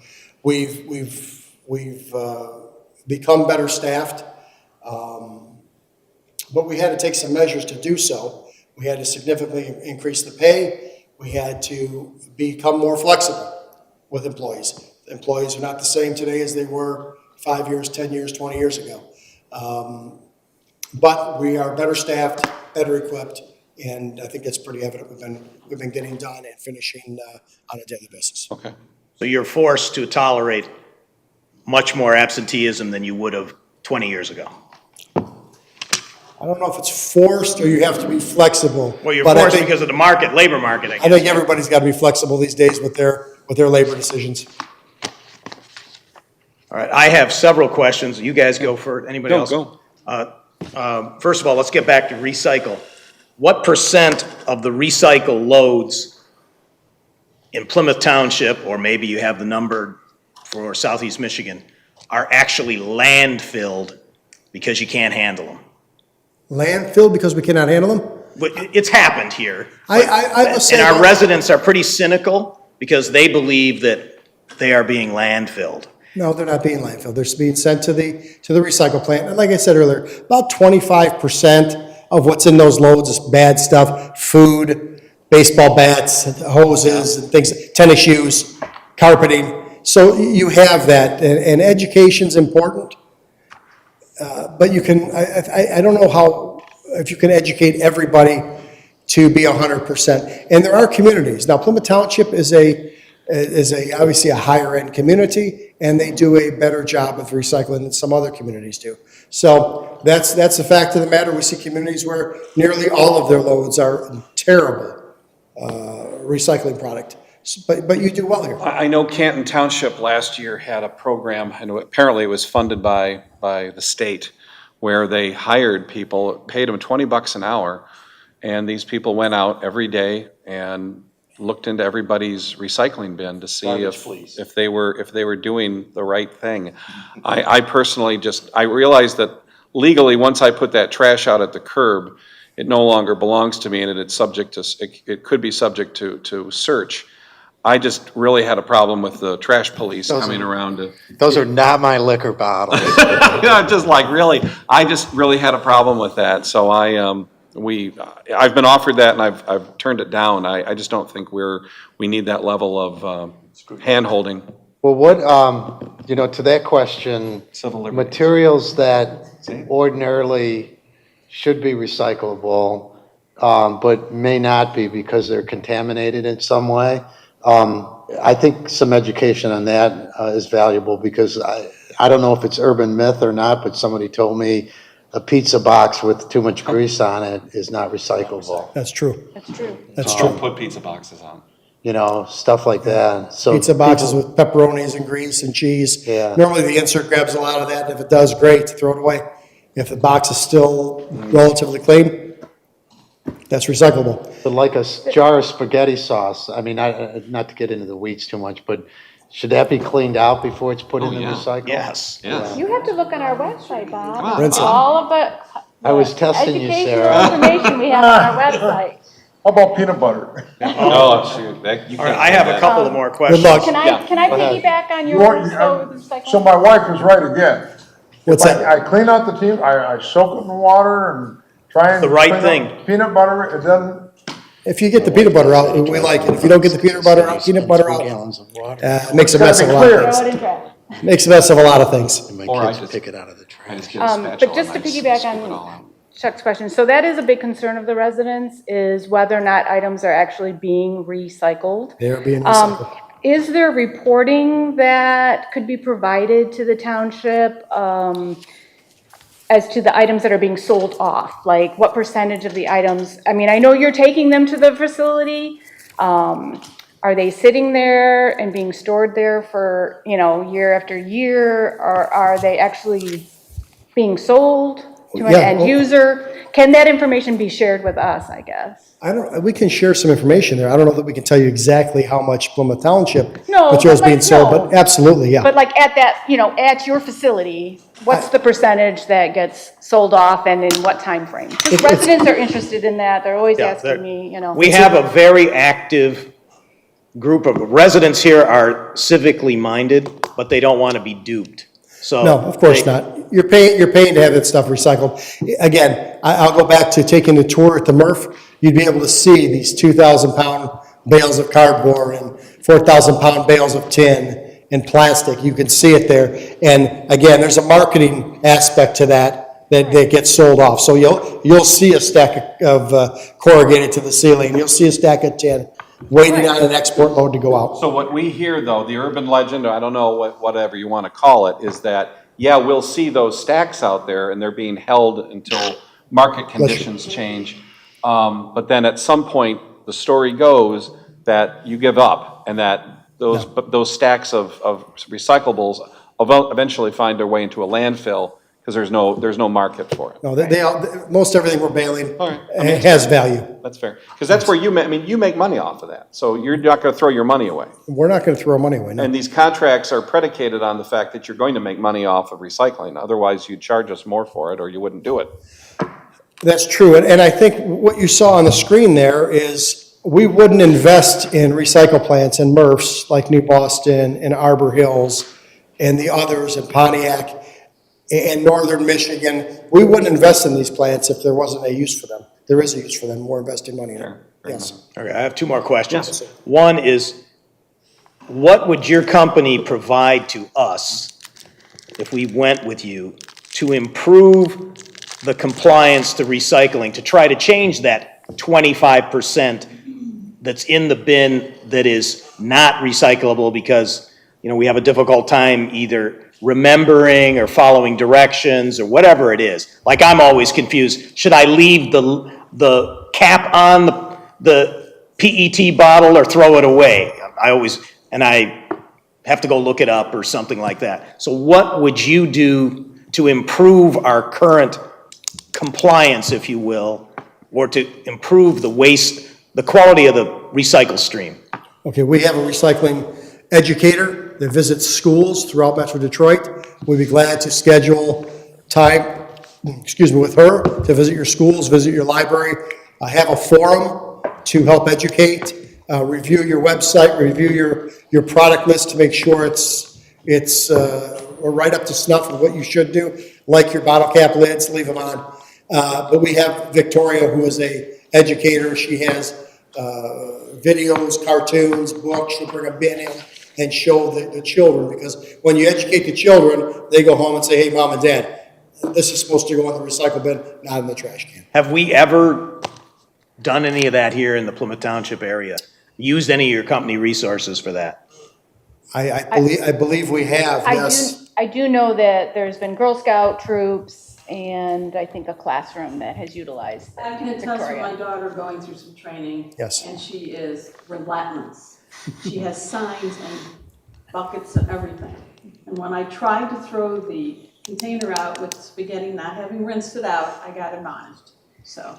One observation that I have is that people are getting so much cardboard, they're somewhat reluctant, or they don't have enough room to put it in the recycle bins, so they put it out and it goes out in the trash. You can actually request another bin in Plymouth Township. Okay, so We these will. are the kind of things that we need to educate better. Yeah. Because that contributes to the cynicism. When people say, hey, look, they're not recycling, we don't recycle, it just goes out to the trash. There is an importance of breaking it down, getting it into the recycle bin. Obviously, if you get one of them 72-inch televisions, throw it at the curb, without breaking it down, you're not helping the program, you're hurting it. All right, one final question, and Sarah, this is something that we had mentioned. What is in their bid for fuel surcharge? Possibly. Our bid requested that there not be. Yeah, but did their bid comply? I believe so, yes. Yep. Yes. Okay, so I want to be sure of that. Let me ask you about recycling bins. Do we own them, or do we lease them, or do you own them? They were part of your original, your last contract. I believe We paid for leased. No, GFL owns the bins. I The believe, carts. I'm trying to think back, I believe so. It was just prior, I think, to my time joining GFL, so. Didn't we I believe they're roll it into GFL the? carts. I'm pretty sure they were leased, Yeah, it was rolled in, I thought, into the, monthly payment. into the, See, what we well, we need to find- check, because what I we- thought, Not according to the contract that I have read. okay. The current all right. contract, I don't believe that. My understanding is that they are owned by GFL and they are responsible for them. And if they are no longer our provider, they will come and pick them all up and take them away. When and- was that, Sarah? 2015? 2015, Yes. yeah. that- That's the way I understood the contract. Yeah. That's- Sarah, I that's think right. you're right. And there was no purchase price that I recall from Plymouth Township. It was Yeah, I rolled don't- into your monthly unit rate, again, to pay for the carts. Like the way I understand it right now, when a recycling bin breaks, they call Sarah or you, and you guys go out and you replace it. We don't get involved. We maintain it, we replace it, Yeah. we repair it, whatever it They're takes. very good at that. I had that experience here Yeah. a week ago. Thank you. I took care of you, Chuck. Pardon? They had to I replace said the I whole took care of thing. you, Chuck. Yeah. Any more questions? No. Are we gonna talk price, Sarah? Are we gonna go over, you have, or no? Or was that, or- Everybody's got that I mean, we have data, that so I don't data? think we Okay. have, yeah. Well, it is a little interesting. The manual is lower cost than the automated? Than the automated On this first, or for am I GFL. reading it wrong? No, that was there. Pardon? is I'd that have to true, open the Sarah? book I up. can't hear you. Yes, that is what, yes. GFL's cost for manual, our Price, current price. collection is lower than, yes, the price for us, yes. Is But what it lower. says is our It's current higher system- if we went automated. Yeah, so our current system, which is semi-automated, is lower priced for our residents. Yes. The base, our base is what we're doing today, is lower cost than if we fully automate. Right. Yes, Right. with GFL, yes. And the fully automated means you would not be allowed any extra outside the bin? I don't believe that, no. No. With You're still unlimited. GFL, yeah. Still unlimited collection, cart, cart utilization, but unlimited. So it would satisfy a large majority of your needs. Obviously, you put a chair or two out, you're still going to get that picked up. And any good program, you certainly don't want to limit your waste to cart only, because you don't want someone putting a couch next to their garage, inside their garage, and keeping it for a once a month program or every other week program. That's not an efficient program. Now, GFL picks up whatever we put out there, right? I mean, do we have to do special call-ups or anything like that? Do we have to have special pickups or anything? There are special pickups, yes. What would that look like, Sarah? It would look like if somebody was empty, like if a landlord was emptying, somebody left a house full of stuff and they. Not like just a couch or a chair? Nope. It's not, okay. Yeah. But they're dumping Those a are whole not. house.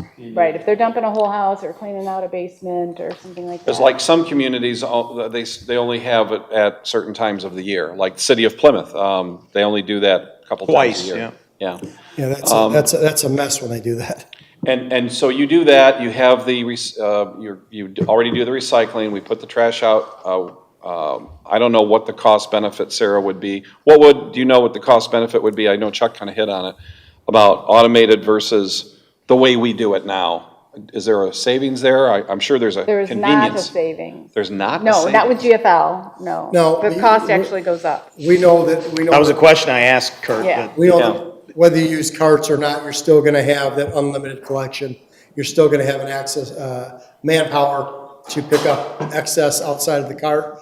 And again, you need to remember when you have a cart program, you're going to have to roll the cost of that cart into the price program. And the trucks are very expensive to pick up automated materials. A lot of moving parts, whether it's a side load, a residential front load, a lot of moving parts on those trucks. So increased capital. You have more capital to buy. You're absolutely right, yes. What is 64/60? Why is the gallons different by one? Isn't that what, it says 64/65? Well, they're either- Manufacturer, one makes a 64, one makes a 65, Oh. and the same with the 95 and 96 gallon carts. But you gotta have two carts, so people have to have storage space for two carts. You have to have storage space in your garage, you need Right. the footprint of the cart is not dramatically bigger than the other. It's, it's height. Yeah, that's true. That is true. So now we're not even, they didn't quote 96 gallon. 96 is your typical trash cart, most cases. But this quote would be a 65 gallon trash cart. You have both. You have 65 I gallon trash did it- cart and 96 gallon trash cart. Right. They did provide a quote for each one. I just did a summary of the size that we currently utilize for recycling and trash. Yeah, the second page That's what is you're the seeing. 96 gallon. Yeah.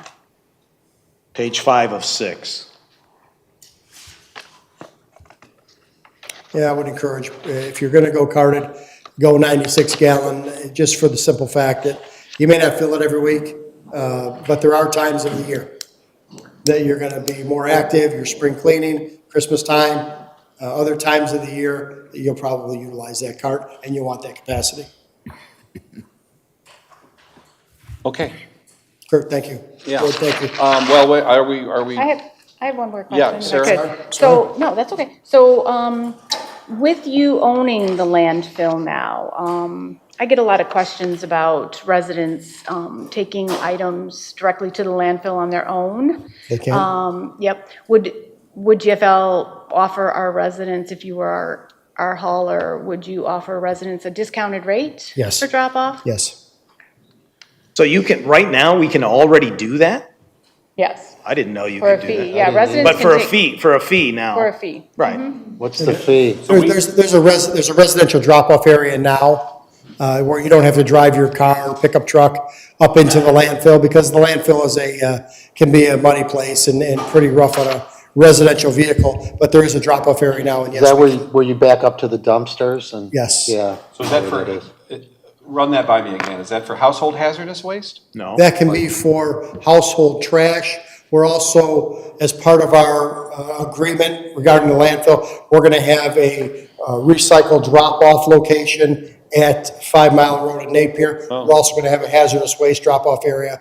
The details of that are forthcoming, but we're gonna have that also available here by, I believe by the end of the year. So the reason that's important is because we also have residents who do not have curbside recycling. We have folks who live in the manufactured homes, maybe some apartments and condos, and they still want to do the right thing and participate in recycling, and so this would give them an option. They can do that right now at our DPW. You can go there, there's giant dumpsters there, and they can drop that off right now, and that sees a lot of use. And for all the vendors, we've got to replace those dumpsters. They're getting beat up a lot, and we're getting some complaints about it.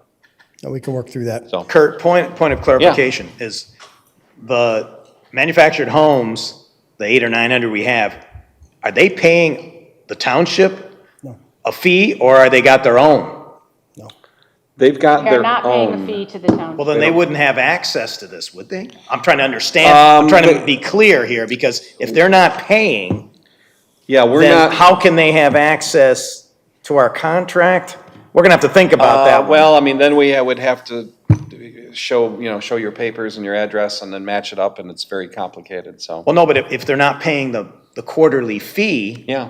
and they can't get a benefit for it for free. Well, we do offer free recycling at the DPW yard right now. Right. So, Right. and some people know that. And we don't Okay. check. All right, We're so- not, it's not staffed or anything, so. Well, it was set up, my understanding is that those dumpsters were placed there for the residents that don't have curbside collection. Right, I understand. Yeah, Okay. okay. It's just, For permitting and, our permit and everything else. I just want to make Sort of sure that we're, defeats the purpose a little Pardon? bit, get in the car and burn a bunch of gasoline, gasoline to drop off your recycling. yeah. Some people might. Oh, yeah, there's people who do. There's quite a few people that would. One trip a month or something. Any other questions from the board?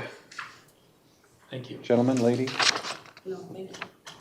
Okay. What, do we have any statistics on their performance? Are we keeping any quality reporting data? Yeah, I can tell you that like missed pickups, that sort of thing, they're less than they're like 0.5% of total so far for 2022. 0.5% of all Less- pickups 0.5, yeah, missed pickups. have been a So it's miss. Very low, yeah. 1 out of 200.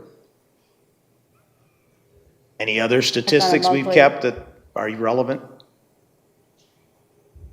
Not that I think of, no.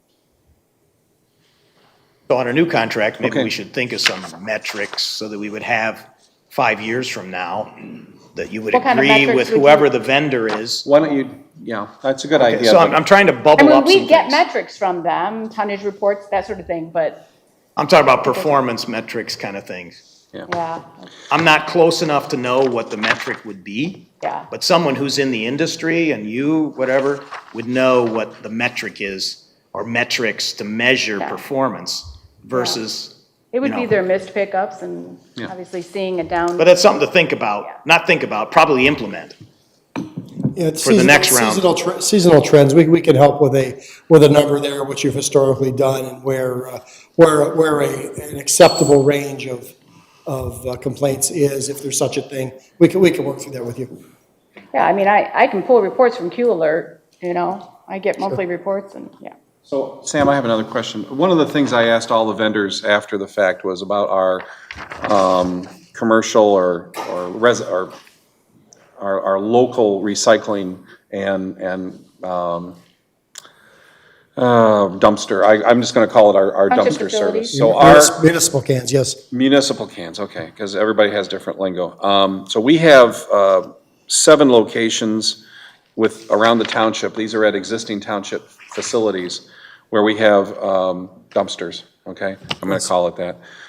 We were with another vendor at one point. They were bought out by another vendor, and so what we'd like to do to consolidate things and maybe get a better deal, we have asked all of the residential vendors to also submit numbers for our township dumpsters and business. So we have, the bid form has been prepared by Sarah. This has been filled out by GFL. You have that in front of you, and the numbers speak for itself, okay? So that's something I want just the board to consider. I know that was sort of an add-on tonight. You saw that for the first time. So that's where that came from, guys, okay? Thank you. Anybody else for Sam? All right. Thank you're all you. set. Thanks. Thank you all. Thank you very much. We were harder on him because he's already doing it for us, so, Something. Wanted to put him through the ringer.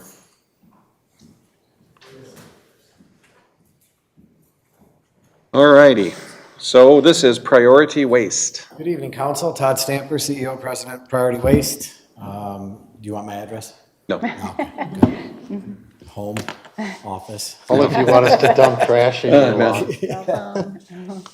Thank you for having us here tonight. We're humbled to be here. Obviously, GFL, fourth largest, Waste Management, the largest.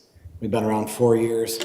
We've made a pretty good buzz going around, and we honestly are humbled to be here and be a part of this, so thank you. Thank you very much.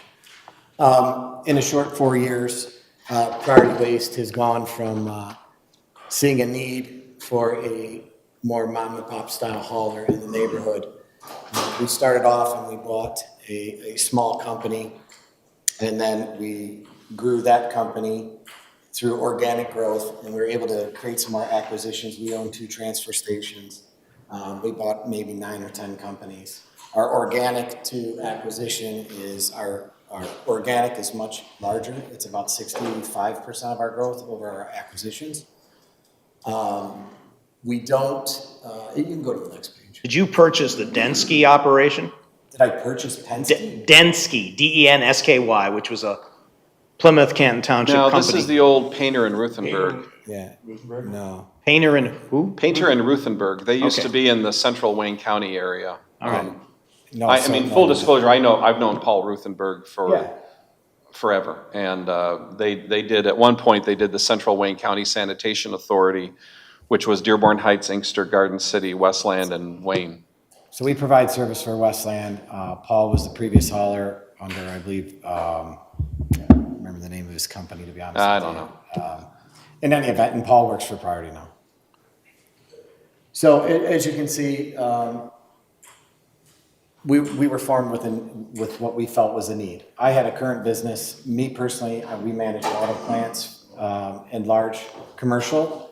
And 4 or 5 years ago, we had a lot of service issues getting our own things done. So it started off that we were going to buy a small company just to do our own work. Since then, I've exited that business and I'm 100% focused in waste and recycling and trash itself. Next page, please. We're a part of the community everywhere we go. Every place we're in, we make sure we do stuff for that community. We've been known to do stuff for communities that we don't even have. It's important to myself, my wife, and everybody that works that we're consistently doing any type of charitable work, or if, as far as parades, we've done things for special needs parks. That community we don't even service. I don't even know when their garbage is up. Someone just called and asked. So we tend to give everything back. Not everything, we keep a little, I'm not gonna lie.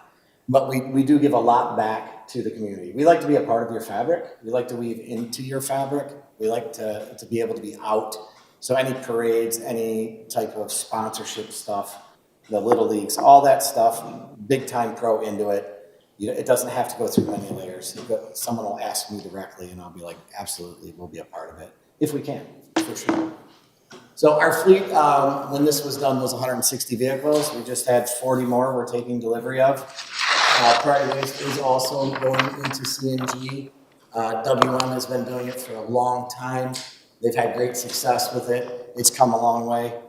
One of our yards, we're going to invest $2 million in infrastructure for a CNG fueling center, which you can fuel trucks quickly or you can trickle fuel them overnight.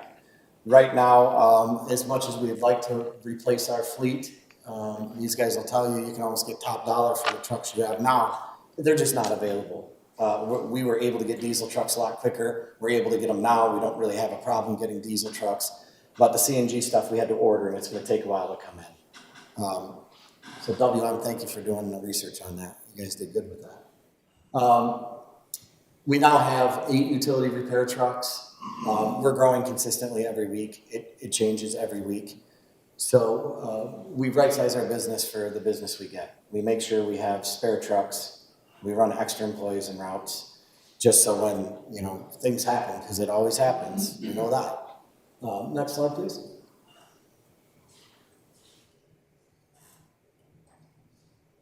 So I kind of went through our growth trajectory pretty quick. A lot of people show concern about us being in business for 4 years. I like to think that we run business disruption. Waste has been done kind of similar for a long time. I noticed you guys asked questions about recycling and MRFs. We don't own a MRF, but I do know from being at council meetings and going through this process before, it's come up. Does every truck that we drop at a MRF, can I tell you, goes to get recycled in every piece? Absolutely not. I don't own a MRF. I don't control it. It doesn't happen. I don't, a lot of it does. But if you do the research and you look at it, and you look at what China had did with our recycling materials, and you go back to like 1970, like we're lucky to have since then maybe recycled 10% of the product we've even tried to recycle. So you gotta look at the carbon footprint, all these trucks, recycling, education. There's all kinds of things that can be done, and I'll talk about that in a second, how we do it. We believe it all starts at the curb. You can educate till you're blue in the face, but people that aren't gonna do it, they're just not going to do it. So how do you hold them accountable? How do you do it in a way where you guys aren't getting heat for it, and you can do it. You can hold them accountable at the curb, and we'll show you how you do that.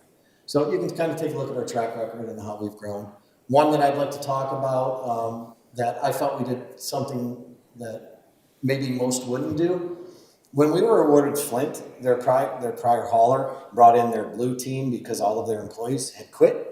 So they flew people in and they weren't really picking the city up, and it was kind of a disaster. We knew that when we went in with our 15 trucks and just right-sized the city, that if we left that material that had been there, we would eventually owned it. And I think we spent $150,000 with Waste Management. We actually brought WM in, and they came in on the weekends, and our guys worked on the weekends, and we put, I think, 25, maybe 30 trucks and went through Flint. We cleaned every alley, we cleaned every FEL, we cleaned up everybody's property. We have an in-house construction team that handles any of our own damage. We sent them up to help with blight. We're running a blight system with them, obviously not big in your community, but it speaks to our character. And we did not build the city of Flint for that. We took that on knowing that if we did not clean that up, we were gonna own it, no matter what. So we're pretty proud of Flint. We run flawlessly there. It's a big community. The last haulers had left because they had a little bit of problem with the way that community runs. We were able to successfully go in and meet with each community, understand each, which they call them wards, each ward, and we spent a lot of time making sure that it didn't come to the board or to the council's level. It stayed with the community. We continually are active in all of those communities. So next slide, please. It's basically just some of the stuff that comes in on social media. Next. Oh, making it bigger. You can go to the next slide. You can keep going. This is just our leadership stuff we sent through. So I think it's 2 more slides. Where is his office? 2 more slides. Where's my office? No. We actually just rented. CEO. That would be me. Our offices currently are at 19 in Garfield and Clinton Township, and we're moving. We're in the process of moving to a larger facility. Currently, we're about 10,000 square feet, and we're moving to 25,000 square feet at Hall Road and Romeo Plank. Do you have a list of your current clients? We do. It's on. It's coming up? Okay. Yeah, it's coming. This number of routes changes. We brought a few more communities in. So, but these are kind of averages from when we sent this in. I believe this was November. November. Yeah, so we've gotten a little bigger since then. You can kind of go through our service area. Route means a community or it's a I'm sorry, communities. We've added new communities since then, since November. No, we don't have 110 communities. I think we're at 15 municipal communities, and then we service about 5,000 subscription customers. It'll go through on the next page. If you go to the next page. Next page.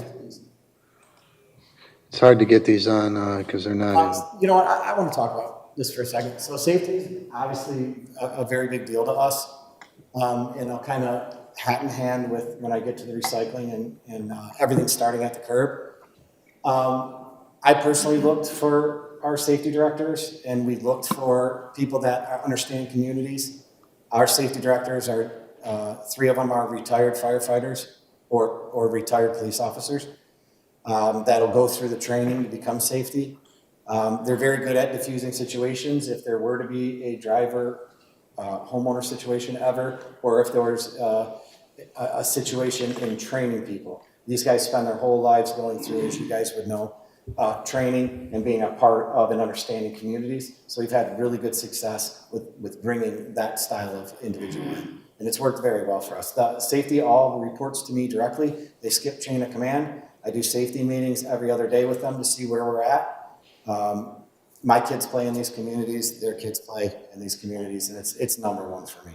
Safety is equal to or even greater than the service. I put it at that high of a level. So, next slide, please. So if you wanted to slow down, if you want to take a look at the municipal contracts we have. Back up. If you go back up. So we do, keep going, there's more time. There you go. So we talked about Flint. We have Dearborn Heights, City of Westland. We handle Macomb County's commercial. We have City of Hamtramck. We have Dryden up in the north. And if you scroll down.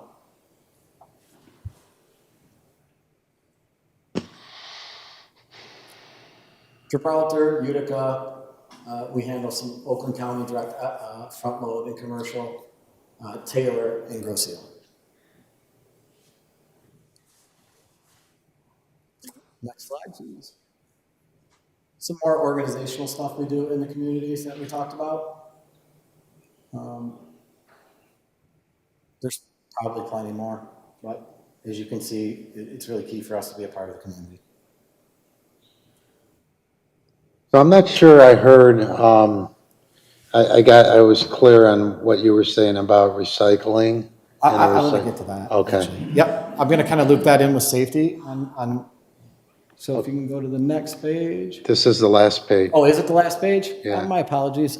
All right, so with business disruption, you kind of study how businesses are and how bigger companies and their ability to move with technology. So you've seen routing maps before, you've seen the way things done. You can order something on Amazon at 8 o'clock, it'll be at your house at 3, right? Their routing software it's incredible, the things that they can do. So what we've done with our technology is we've combined cameras. We have 5 to 7 cameras on every single truck. Every truck that goes down the street has a camera. Our municipalities have access to a direct link to those cameras, so any triggered event, they can immediately look it up. It'll email them. You would have access to go into any truck number that's in your community and look at any camera on the truck. Then you can do it by address. We're not quite there yet. We're a few months away, but that same camera software links to an app so that your residents will have that app and it will literally tell them when the truck's coming down the road. Now, how we use that in the cases of missed stops, we really don't. We don't care if somebody doesn't put their garbage out. We don't care. On top of the camera systems, we will look at the camera to see if somebody had forgotten, if they're a repeat offender, and we'll gently call them or let you know, but we're not using it to tattle anybody. We pick everything up that's on that curb within the parameters of the agreement. But the cameras allow us to also do another thing for recycling. When I mentioned everything starts at the curb, it's truly where it starts.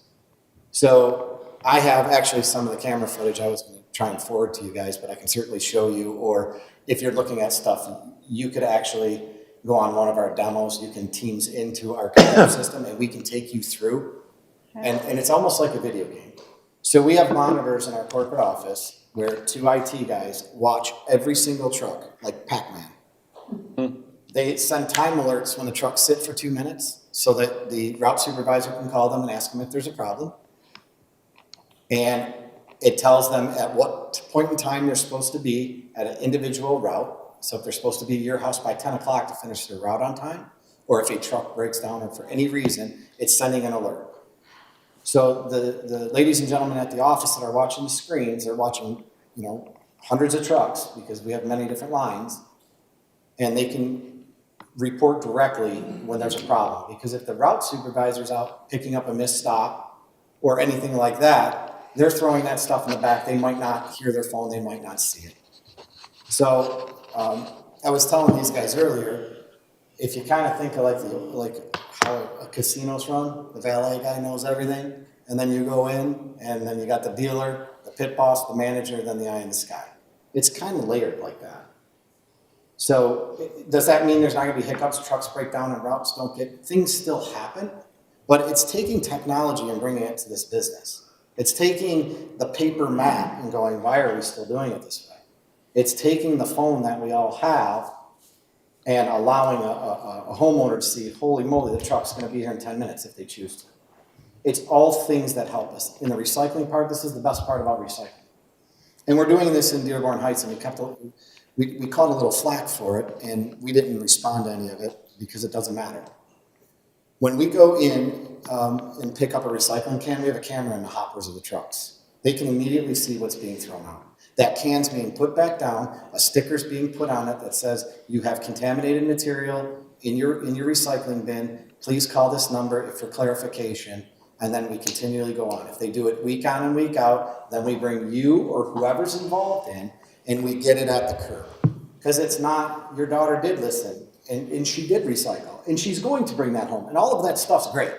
But the 15% of the people that aren't they're just not gonna do it, which are causing the contamination that I guarantee you, some of it's going to a landfill, because the reality of it is if I owned a MRF, which I don't, and I'm not saying these gentlemen do, I'm just talking hypothetically. Doesn't that just piss people off, though? No, not at all, because a lot of people are like you guys just said, I don't know if I should take the cap off, on or off. It's not an insulting sticker. It's not like, hey, you're terrible, I'm calling the police.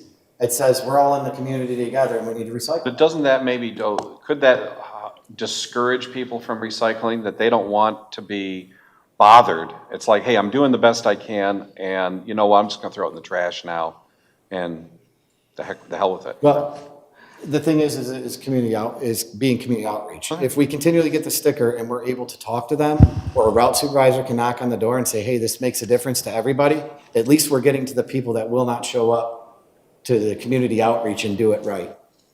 We've had these conversations at council meetings before. You can have 50 people on the street do it right and 3 people do it wrong, and that whole load could potentially be taken to a landfill. Because if it's contaminated. You mentioned that number, is that a studied number? 15% will refuse to follow directions or recycle? I was based off of what, I believe Sam had said like 25% in your community. I don't do your community, so I don't know. In our communities that we do, we get reports from either WM or Republic where we drop our recycling material off, and we know contamination ratios. So we provide that. Now, we don't provide how many bottles were done. I think that was pinpointed. I don't know that anybody could do that. But they will give us contamination rates in our loads for each truck that we dump off. So you're contracting then with one of the other companies that has a MRF, for example? Absolutely. Okay, so then, but the community's not a party to that contract? That's Correct. Between you and those guys? Correct, but if you asked for what is our recycling tonnage and what is the contamination, we supply that to our communities. And most vendors do. So what you're saying, yeah, I get what you're saying. You're trying to lower the rate of contamination. We're trying to make sure your material gets recycled because then everybody can get money back for it, right? But if you own a MRF and you get, let's say $60 a ton or whatever it is right now, and that material goes on the floor, right, and it's contaminated, and it costs you $10 a ton at your landfill and $5 for trucking, your profit margins are $40. What are you gonna make on that material going in? And I am not saying anybody I'm not accusing anybody of doing it. I'm telling you that if everyone's to be honest, that there are loads that go, and there is recycling materials that get sent to the landfill because it started at the curb. It's not the MRF's fault. It's not their fault. They're just trucking the stuff. They're just trucking it. So they truck it to the MRF, and if it's full of bad material, it hurts you. But that's not the entire bin. It might be because you put batteries in there thinking that batteries were recyclable. So what I'm saying is that, and I remember a few years back, we were at a council meeting and Brian had mentioned from WM, and they specifically asked him because they own MRFs. And his explanation at that meeting was, if our truck's in your street, and your street's perfect, and we go to the next street, and 20 people put pizza boxes and contaminate it, that whole load's probably going to a landfill. Okay. Now, if I stand corrected, please correct me, but I think it starts at the curb. So if we really want to get to where we're all trying to get, it's the people that we're not getting to because they're not showing up for community outreach. All right. So we're excited about it, and we certainly don't want to be a pest to anybody, any residents. We're just trying to educate people, and we're doing it through technology. So I want to change the subject. Sure. Bins, are you proposing a 2-bin automated system or 1 bin or what? We bid it as asked, so we bid at supplying the bins. So there was, I believe, 4 different. It was automated with a garbage and a recycling bin. It was rear load with garbage and a recycling bin. And then I think it was both ways with just recycling. We bid it all ways. Yes. Where does your yard waste go? Our yard waste, we have 4 different places we take our yard waste, but I think is it Tuttle Farms? Yeah, Tuttle Farms, your yard waste would go to Where's Tuttle that? Farms. It's, our garbage would go to WM, and Tuttle Farms is, yeah. Pardon? Where? South Lyon. South Lyon? Yep. Okay. And then we would take the waste to Woodland Meadows. Okay, because one of my concerns, and we've seen this before, is that the yard waste truck will come, pick up yard waste. It always happens in the fall, obviously. Pick up yard waste, it's full, then they take off and go to they have to dump it. Then they have to come back in the same day. And then we get bad phone calls because yard waste is being picked up at, 8, 9 o'clock at night because they had to make two runs. And I don't know what the solution is. I don't know if you have to add more trucks during heavy season or what, but. So we found ourselves Is that a this year problem? with April being 40 degrees and then May jumping to 90 degrees, being behind the 8 ball in a couple of our communities. We quickly moved trucks in, and we haven't had an issue since we did that. Okay. So if we run your community and we see that if we had a day where first of all, we try to get everything off the ground. If we had a day where something like that happened, we always make sure we have spare trucks and people to put it, to put in. We don't have a problem with staffing. We grew to 300 employees during COVID. We do things a little bit different, and we've had success with it. I'm not saying we're perfect. I'm saying that when you guys have a problem, we're very good at reacting to it. So let's go back to the monitoring the recycle bin with a camera. Sure. Where is that pilot program going on right now? We started in 3 communities. We're doing it in 3 communities. We started about 60 days ago. One of the communities we started in, it was a bit problematic, but they were using their recycling bins for full trash. So it's we are getting through it. It has gone better the last 2 weeks. Places like Westland, they're very good. They're good at recycling. There's pockets of communities that aren't so good, and that's where we're seeing stickers being put in, and we're working with those folks. The Westland is one of the pilots. Or it's not really a pilot, I guess it's we're doing being it. fully rolled out. And Yeah, we're doing implemented. it. We're doing it.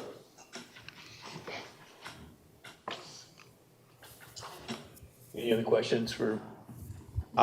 Yeah. The fuel surcharge question, did you quote a fuel surcharge? No, our quotes are quotes here.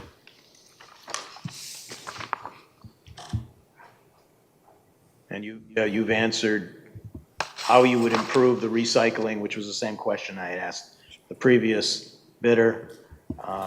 And you talked about percent that's landfilled, potentially unknown, but could be a lot if it's contaminated at the curb. Yes, sir. Especially if it's trash. I think probably one of the biggest culprits is people putting trash or used diapers and things like that in there. That's a big problem. In the recycle bin? Oh, yeah. Be surprised. You'd You'd be believe what we find in surprised. recycling bins. It's just totally irresponsible behavior, but it goes on. Any other questions? I've got a question. Okay. Question. Okay. So can you explain to me a little bit about your customer service, your CRM, your customer service relationship? Like, how would I be communicating with, Absolutely. So part of our software that we've integrated in is called AMCS.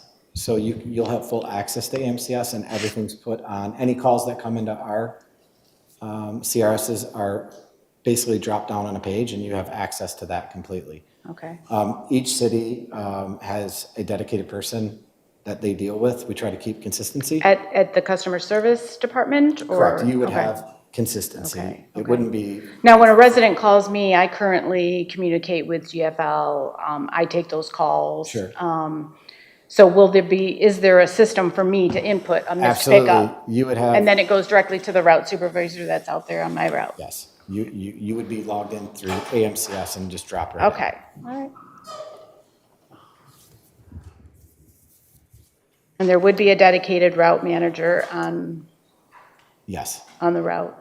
Well, anytime there's trucks in your community, there'll be a priority pickup truck that is following around. Generally, that we bring them in usually around 9, 10, and they stay about an hour after just to make sure in case you had any Okay. extra, or there was late putouts or missed pickups. Okay. We try to start them just a tad bit later because they stay out after the trucks leave.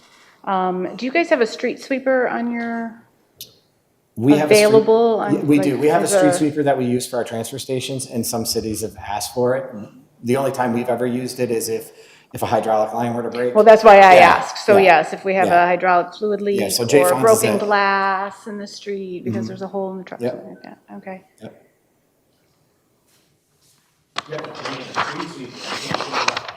It depends how the hydraulic line breaks, especially like when Sam was talking about the heat we're having. You know, these trucks, they do weird things when it's 10 and when it's 100.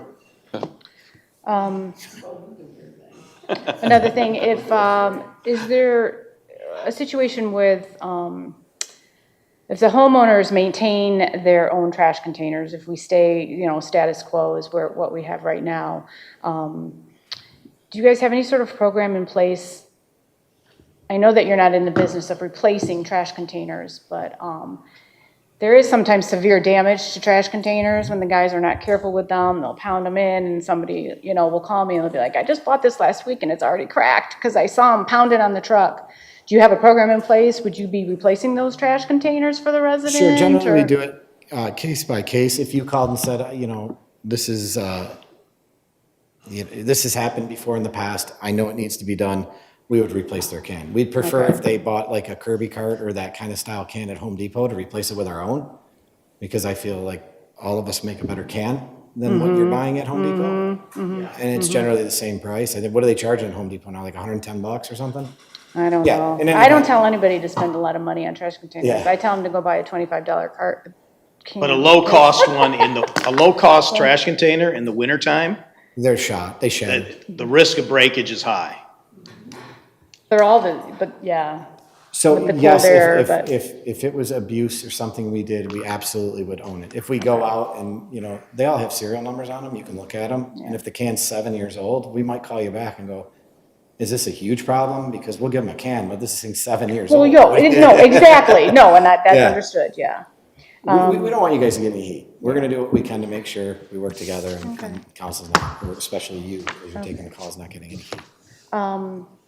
Next question would be appliance pickup, like a refrigerator and everything that you guys would be responsible for removing the Freon? So how is it set up right now? Yep. They come in, so with having J Fonz, we have many communities that they can put their stuff on the curb and we pick it up and we take it down there, and then we have a company come out and they drain them and then we get rid of them. So you have a separate cup so you have like the regular garbage truck that would be doing the route would then notify a special truck? Yeah, That, hey, so- there's a refrigerator out here. Generally how we do it, if there's not like 10 or 15 in one day. Yeah. When the guys are done doing bulk, or if you have compost, or if they go empty and they're on their way back, they'll throw it in their truck. Okay, so do you have a separate truck for bulk pickup? Or Or would it normally just go with the regular trash truck? You know what I mean? So- If it, If we're running Corrado style trucks, like Sam showed with the front, which is okay, what the we front run. load, Yep. okay, yep, Yep, those guys will jump out and throw bulk right in it. Yeah, We wouldn't run okay. a separate bulk truck for right, that. right, okay, What you're talking about appliances right now? yes. Right. I know Freon can be a tricky, you know, a tricky thing. We get. Isn't you that want it removed isn't that prior to it regulated going by into the state law? landfill. Isn't that state law? It is. I thought that was state law. That Freon has to be removed? Yeah. Yes, but whether or not the hauler's doing it, probably, you know, or, It's a special I know- pickup right now, isn't it? I know in some. I believe it is. Is it a special Is it a pickup? special They take pickup? appliances curbside right now.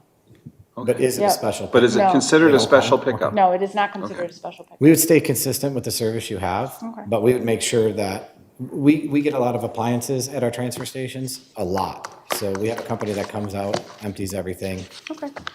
Are you requiring the residents to take the doors off? They're not Yes. putting, okay, good. Yes, yep. You Yeah, I have to think take the doors that's, off. I think that's That's law. state law Yeah, too. yeah, That's law, absolutely. yes. People were getting caught. Yeah. Even with magnets, you still get caught in them with magnet doors? Kids.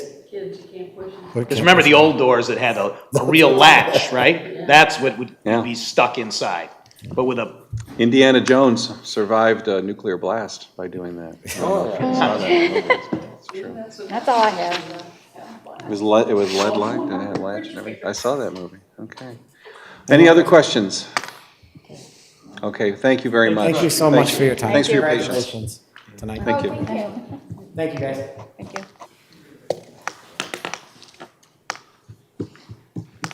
Okay, next up is waste management. do they still go by, are they WM or are they waste management? WM. WM, Everything's code. like TRW There you or go. whatever. It's like all the law firms went to one name, you know, it's just. Used to have like, you know, Dickinson Wright, Moon Van Dusen and Hoosie Yeah. and somebody, and now it's just, you know, Dickinson Wright. Dewey Cheatham and Howe. Now it's just Bennett. It just says Bennett. Not quite.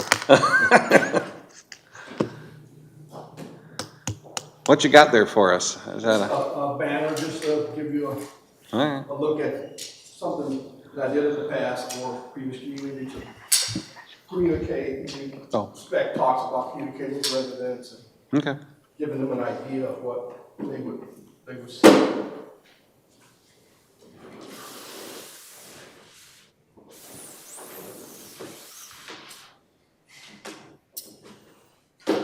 Tall guy. Got that. Brownstown Township. April 4th, 2016. Well, thank you very much. Good evening, Supervisor, High Esteemed Board members, Brian Conaway, Waste Management of Michigan. I have, been in this industry for 30 years as of April, and 22 of those years I spent with Waste Management. Excuse me. I gotta stop smoking cigars, it's not helping me. You got one? Did you bring enough for everybody? Yeah, that's for sure. But I appreciate the opportunity to appear before you tonight and to talk with you a little bit about our capabilities and the services that we proposed in your response. I also request the opportunity to partner with the township if you guys see fit to negotiate an agreement with Waste Management.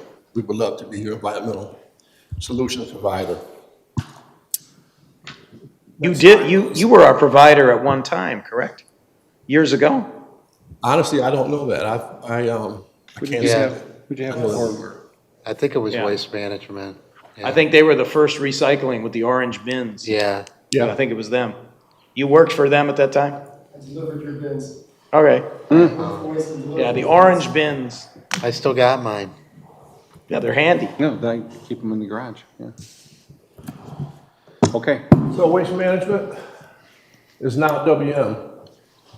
Such a modification, it seems to be small, but for us, it's seismic, and it's a seismic shift for our company.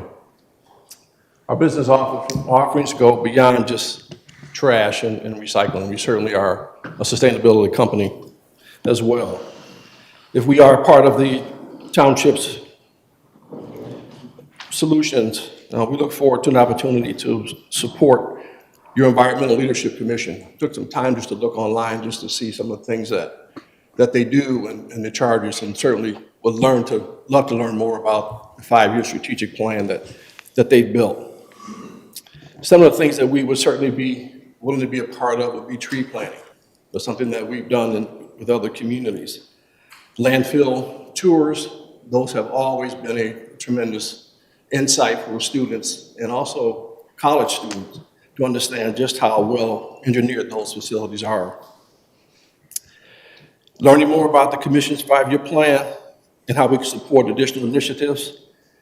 Changing our brand for us it's big. It's a big change, and it will take us as employees a while to stop saying waste management and to say WM.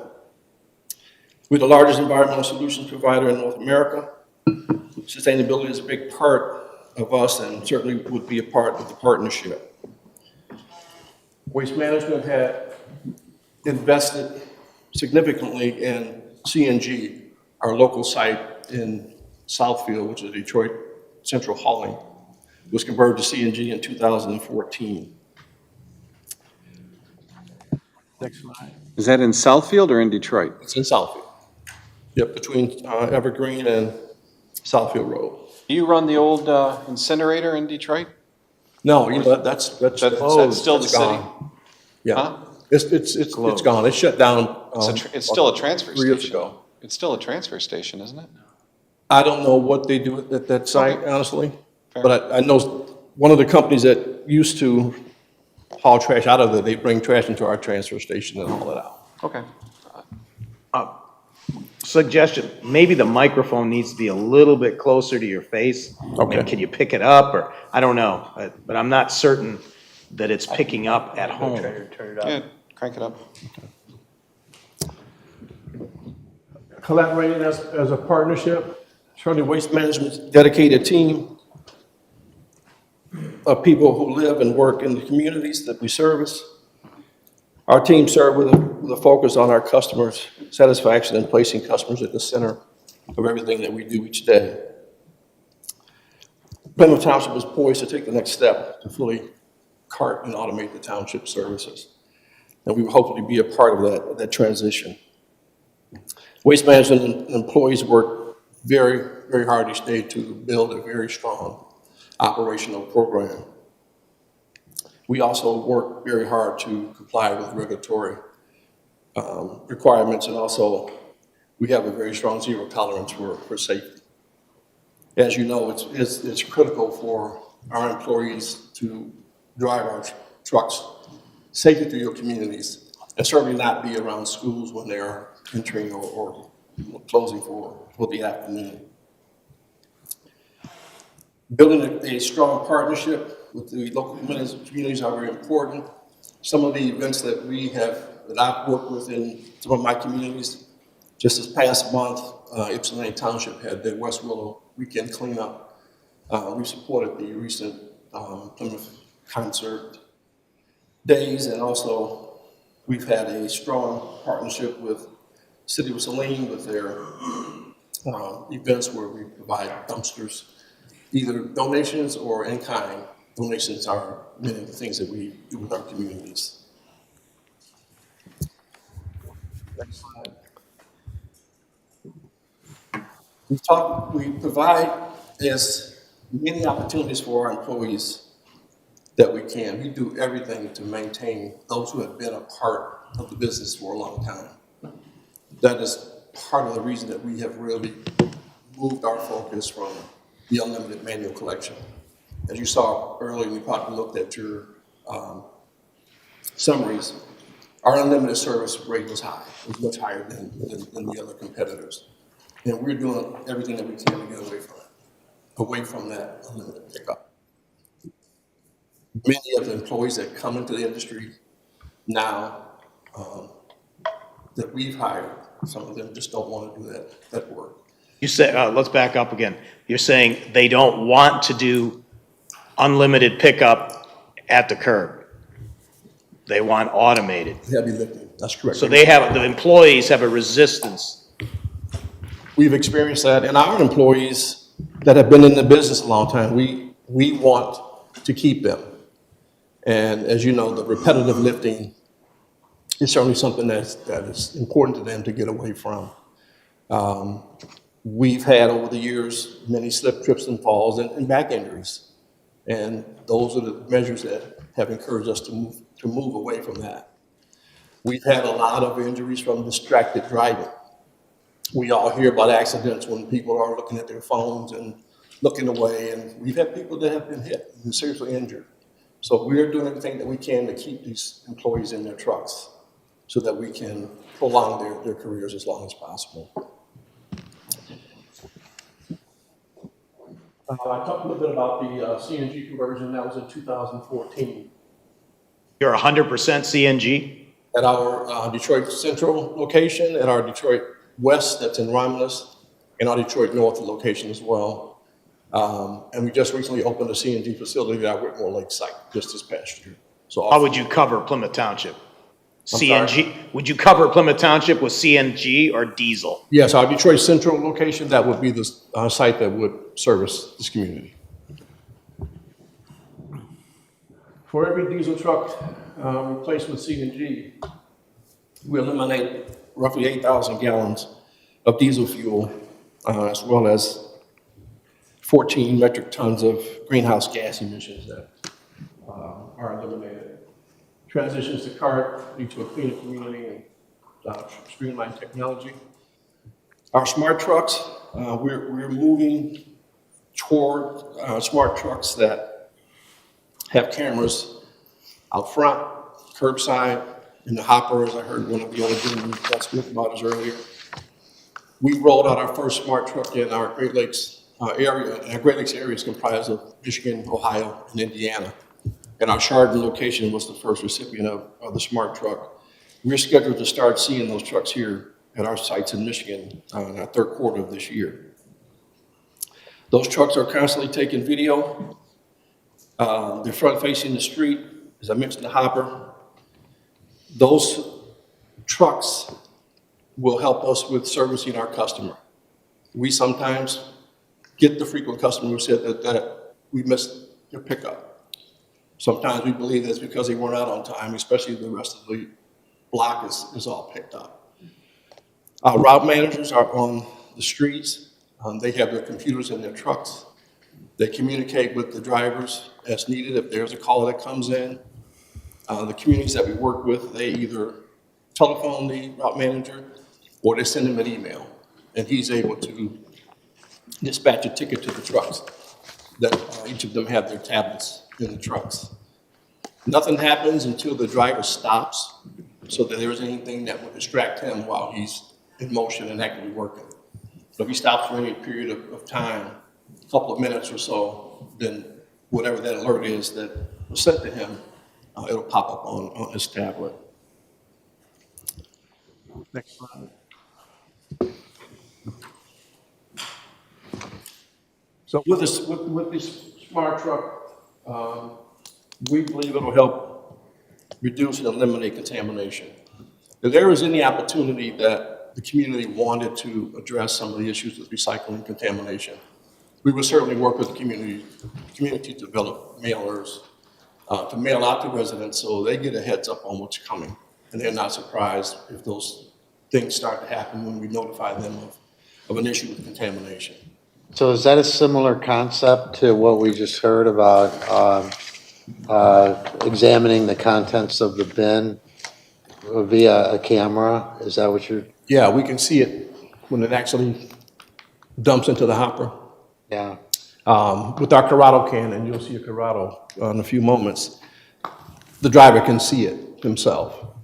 Those are mostly the side loaders that would have the camera where it's in the hopper, but the driver with the Corrado can, he sees it right away.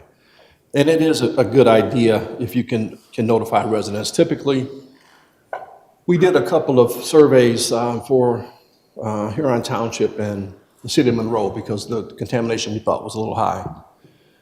We did find it at that point, it was about 27-28%. And we did a couple of, after the analysis, we did a couple of mailings.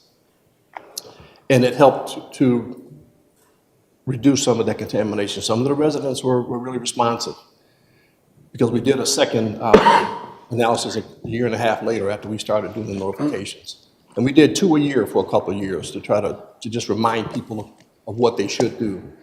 I actually observed the analysis. We ran it across the conveyor at a small plant that we have in Saginaw. And we saw everything from shoes, bowling ball, bird seed, wire, things that you know that obviously are not recycling. But some people put those in the bins. Just hold on. Keep that open. Yeah, well, I didn't know they're wrapping up. That's another group that's upstairs. So getting back, you said 28% before you intervened in this particular community with a training program and notifications, 28% of the bins or 28% of the contents of the bins 28% of the contents of the material was was contaminated. not recyclable? That's correct. And it went down to 23%. 23? After a couple of years, yeah. It doesn't seem like a big movement of the needle, unfortunately. Well, I think that, and you got to believe that people who really want to do it, you know, as much as we read about it and we talk about recycling, people ask me, you know, what do you really put in your bin? And I always encourage people to look for the chasing arrows. Now, you'll read it where it says, well, everything that is recyclable doesn't have the arrows on it and may not have a number on it. But how is a resident going to know they don't have some factor to depend on to help them make that decision? So either they'll look for it or they'll throw it in. A lot of the flowers, those plastics, people put those in. There's nothing on them. I did a small survey looking through some bins up in Ypsilanti Township. And I would go to the supervisors' community meetings to talk to homeowners about recycling, and those didn't have numbers on them. I had a resident stop by her house and look, and I talked to her for a few minutes. And I looked in her bin. Well, first of all, she had a lot of recyclable items in those grocery bags. And I said, well, that's a problem right there. And those are the things that people, well-intended, but just may not have gotten the message that that's just not the right thing to do. So it's education, and you try to do as often as you can. So I'm sorry if you answered this already, but it's getting late and it's been a long evening. But what proportion of materials do you see in recycle bins typically that are not recyclable for some reason? Either they're contaminated or they're inappropriate. At the time that I walked through some of the streets in Empty Township, because they still had recycled bins, they didn't have any carts at that time. And I would probably see about 20% of the material. I saw more of those bags that people were tying things up in bags than they should have. Now, maybe the product inside of it was good, but it doesn't make it through the process. It'll go down the line and it ends up in the trash. You know, when you were talking about the bottle caps, you leave it on and it'll get recycled. If you take it off, it's going to fall through because it's too small to get captured. You leave the cap on, it won't get recycled? If you take it off. If you leave it on, it's fine, it'll get recycled. Oh. But if you remove it and just put it in your bin or your cart or whatever, it won't make it through the process. It'll The fall. cap itself won't get recycled? Yeah, it's too small. Yeah. Where is your MRF located? We don't have a MRF. We utilize the Rossock MRF in Southfield, and we use the GFL MRF in New Boston as well. Where does your yard waste go? We take our yard waste down river. It goes to Taylor or regulated recycling, and in this area we go to Spurt. Where? Spurt. It's in Wixom. Yeah. That's an acronym? No, that's the name of the company, Spurt. S-P-U-R-T. Spurt. Okay. Yeah, we've been using them for a long time. All right. Any other questions for WM? No. I think some of the other slides will be okay. Sorry, competitive with the smart I don't have truck, the so slideshow that's in fine. front of me. So, Bob. Okay. Yeah, I get the next one. Sorry. I did want to share with you some of the things that we've done with our efforts to retain our employees. We did increase rates for our employees in 2021 to make sure that we could retain them and not lose them, even though we would lose a contract. Typically, guys leave, but so far we've been able to hold on to our employees. Waste Management launched a program to cover 100% of the employee and their dependents' college tuition this past year and a half.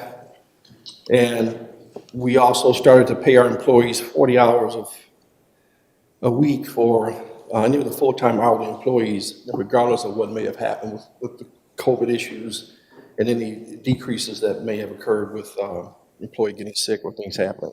That was a temporary program of paying 40 hours even if you didn't work 40 hours? Yeah, we started that just after and during COVID. It's been lifted now. No, we're still doing it right now. You're still doing it. You're paying 40 hours.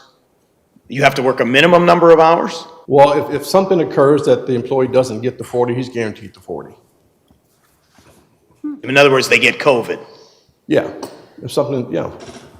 It's not I had to pick up my kids at school. And he's out a couple days. Okay, so it's an illness. Yeah.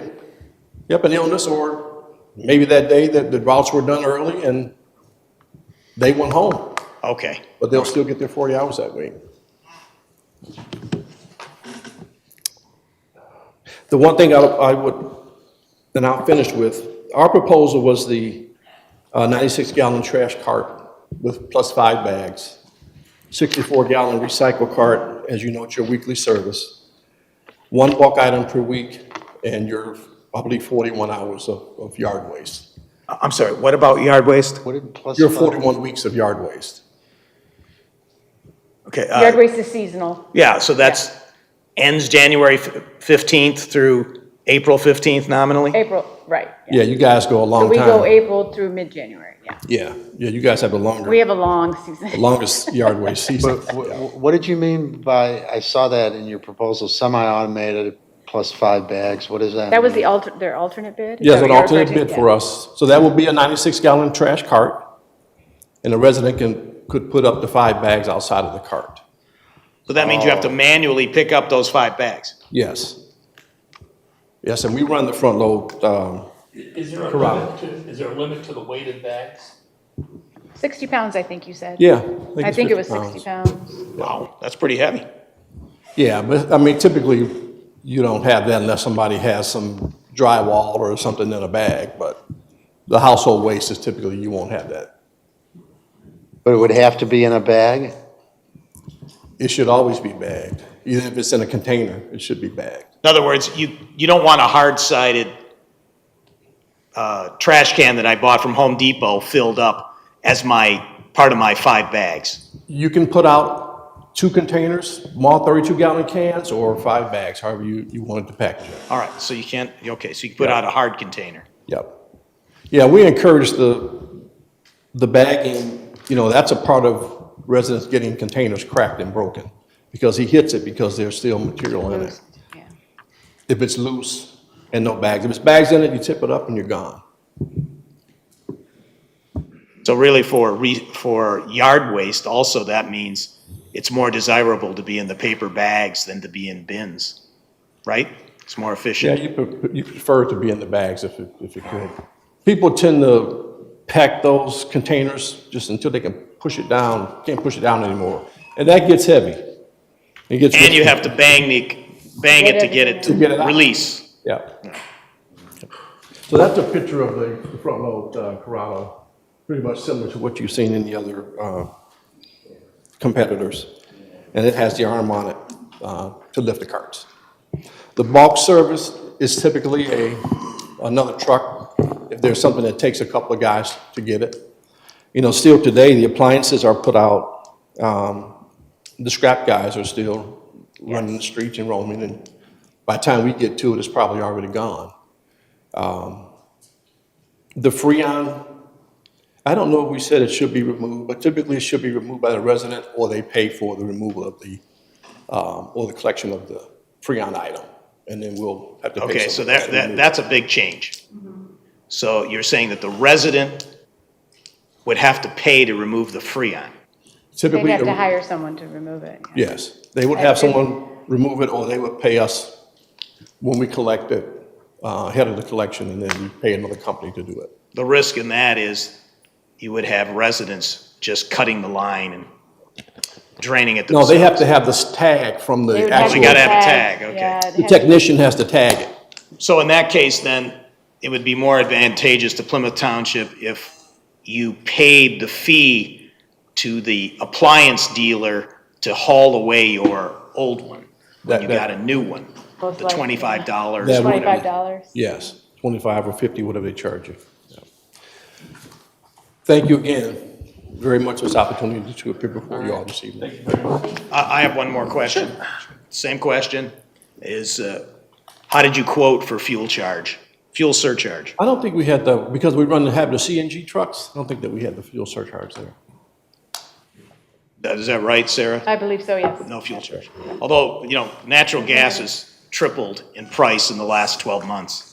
It has, and when we had to renew our contract a year or so ago, it went up considerably, but we have a contract at our facilities for the CNG. I know I didn't talk much about the display that I have, but this was a program that we rolled out in Brownstown Township when they rolled out the carts, and we had the display at 3 or 4 locations. Their senior center, community center, and township hall, and we had the banner along with the couple of carts that the residents would have. And we felt that communication to those residents spoke volumes because they were aware of what was coming and what they could expect with their new services. Sarah, this Real is, quick. go ahead, and then I have a question for you, Sarah. Okay, real quick, so I believe you answered this question, but just to confirm that you currently don't have a customer relation management software tool that I would utilize to contact, like to report a missed pickup or something like that? Right. The call. It would just be an email to the route supervisor at Yes. this point? Okay. So the things that we offer with our customer experience department, either the resident or it's typically the resident could call and by phone, they can email, Okay, or they can use chat. right. We also have the MyWM app that our subscription customers use online, and they can request additional services. I've used They that. can request an extra pickup, or they can request the missed pickup. Okay. But those 3 options are available to customers for a customer Online, experience yeah. department. Okay. Yep, and right now our location is in Wixon, where our area office is, but we're moving to the old borough building, I believe, where they're doing some renovations now. Hopefully we'll be moved by August. What boroughs building are you in? Our area office is going to relocate to that building, or a portion of that building. They're renovating, doing some renovations. Talk about the borough's headquarters in Detroit, right? No. The one in Plymouth? In Plymouth, All right. Oh, right on Plymouth Road? yep.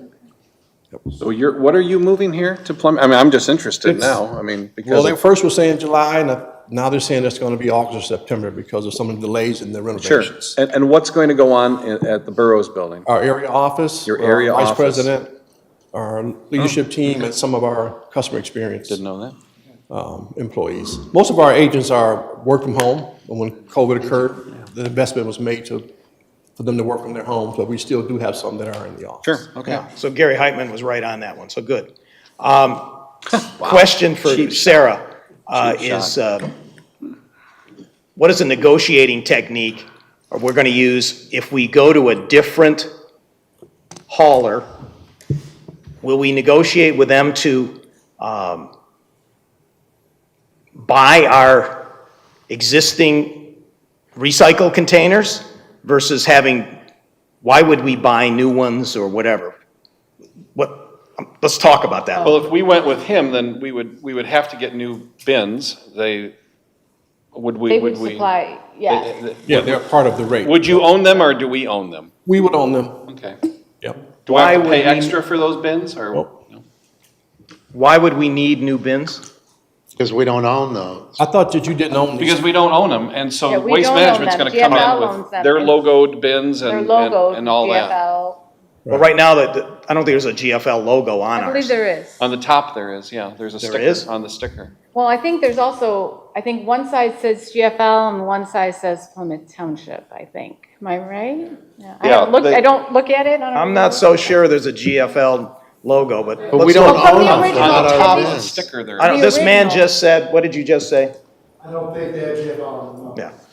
But they're not our bins, we don't I know, own them. but maybe there would be a sale or a transfer versus wasting them. Get what I mean? It would be might be a win-win for the prior owner, and then us, that we wouldn't have to pay more money or something, because they're worthless to the new guy, to the old guy.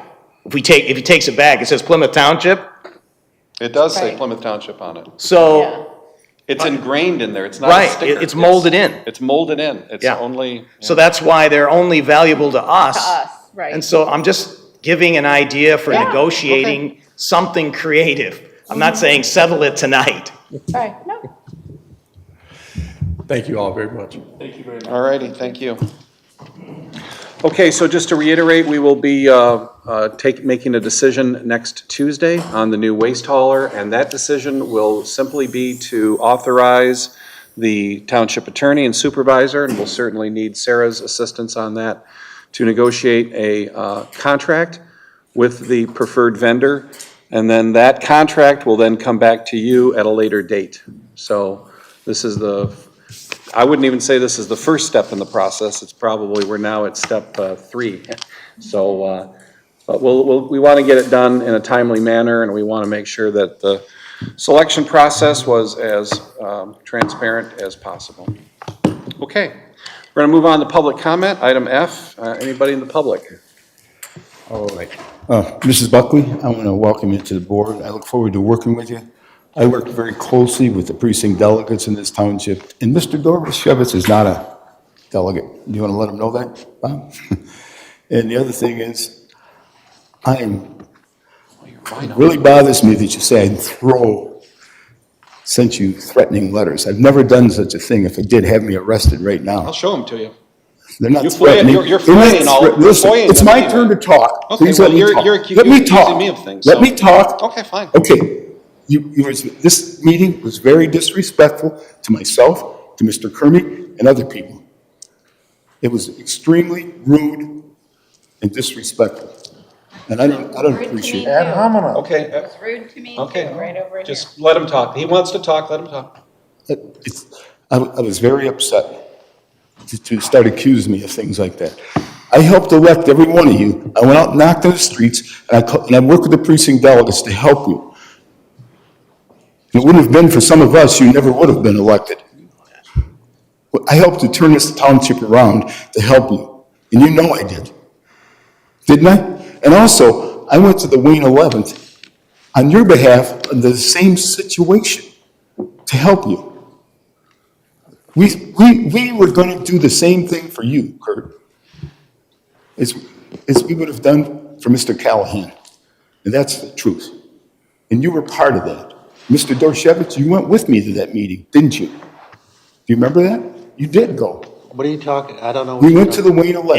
In About 20 of us. Is that the one It where was about Carl 15. Berry, that's when Carl Berry was going to rig it for No, Shannon no, Price, no. just like you guys No, tried to do? Paul Cusick was there then. There were about 20 of us went there. So we were trying to do the same thing for you, Mr. Kermit. I mean, Mr. Dorshevitz. Jeez, forget you guys' names. Yeah, we all look alike. This guy, the big guy. All right. The big guy. So, all right, that's all I got to say. All right, But I think thank you you. owe me an apology. And Mr. All Kermit, right, thank you. are you going to apologize to us?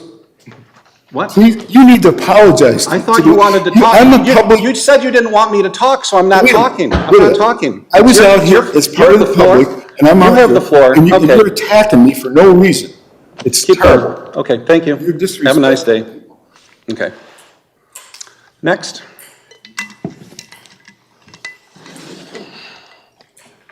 Ad hominem. Hi, my name is Eileen Coleman. I just had a comment. There's been some conversation about upholding the law, whether somebody would uphold the law. Historically, we've had bad laws in our country. Certainly, they shouldn't have been upheld, slavery being one of them. So, of course, if you take a position, you vote your conscience has to be well-formed, right? So all laws are not upheld. Some of them are actually immoral at times in history. And we're compelled to vote our conscience. That's all I had to say. No, you're We're not- wrong. it's not You're debate. completely wrong.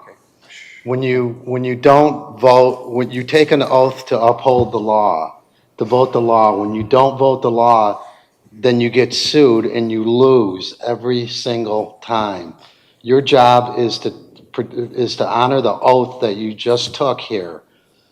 You uphold the law, you respect the law. You do not vote the way that you feel like it because you don't like something. If you don't like something, then you work to get the law changed, but you don't vote against the law. Gee, I was taught render unto Caesar is one is Caesar's, render unto God one is God. Okay, so we're not at board comment. Well, I was a Presbyterian theologian. Okay, Chuck, you want, it's board Motion to comments? move? Board Motion comment to time. adjourn? It's board comment time. No, board comment.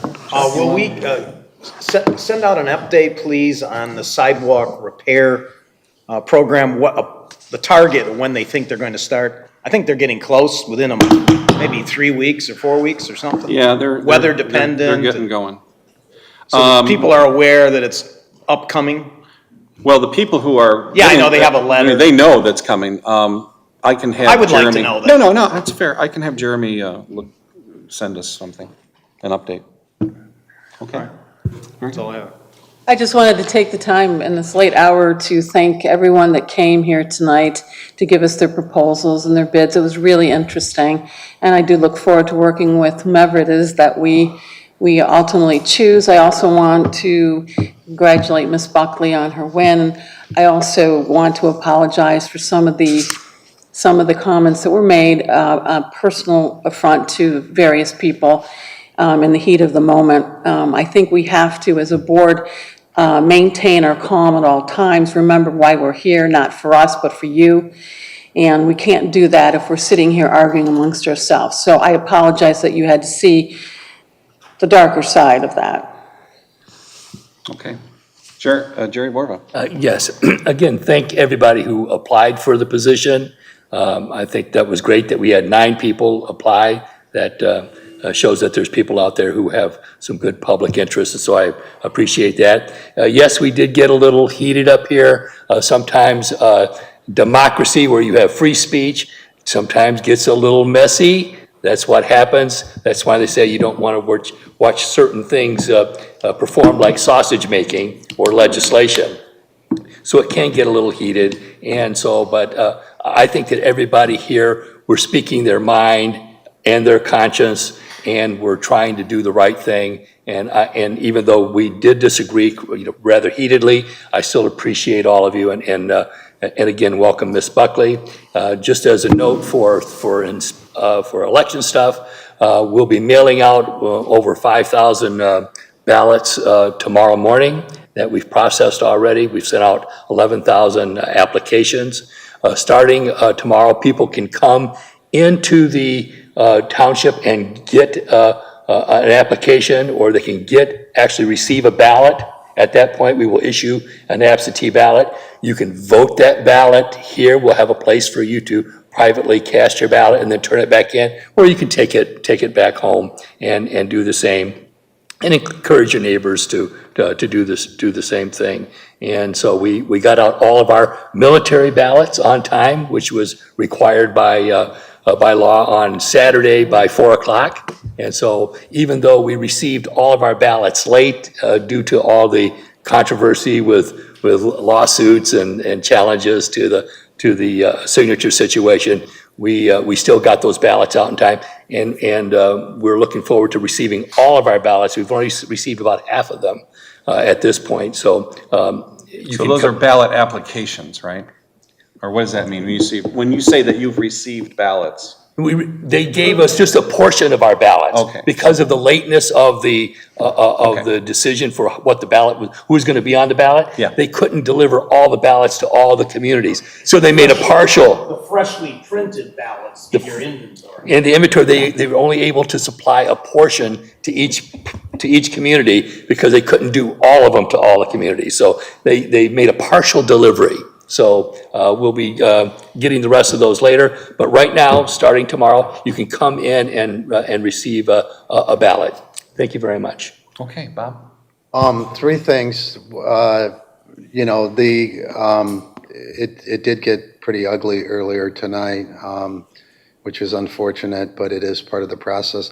One thing that I do want to say, though, to the chiefs was that I thought it was highly unusual and a little disappointing if the unions took a side in this fight, because they usually do not do that. And I did not see any letters, but if they were out there, then They don't control unions. I know they don't, but No, they, Yeah, I'm unaware of. and they certainly have a, information they used to be certainly on have a First Amendment right to do that. I mean, well, I they've know they endorsed do, us but in it's political. highly unusual. Plymouth Township, it's highly unusual. Yes, Heard about it In other anyway. communities. but I didn't see did you see a letter? No, I saw nothing. No.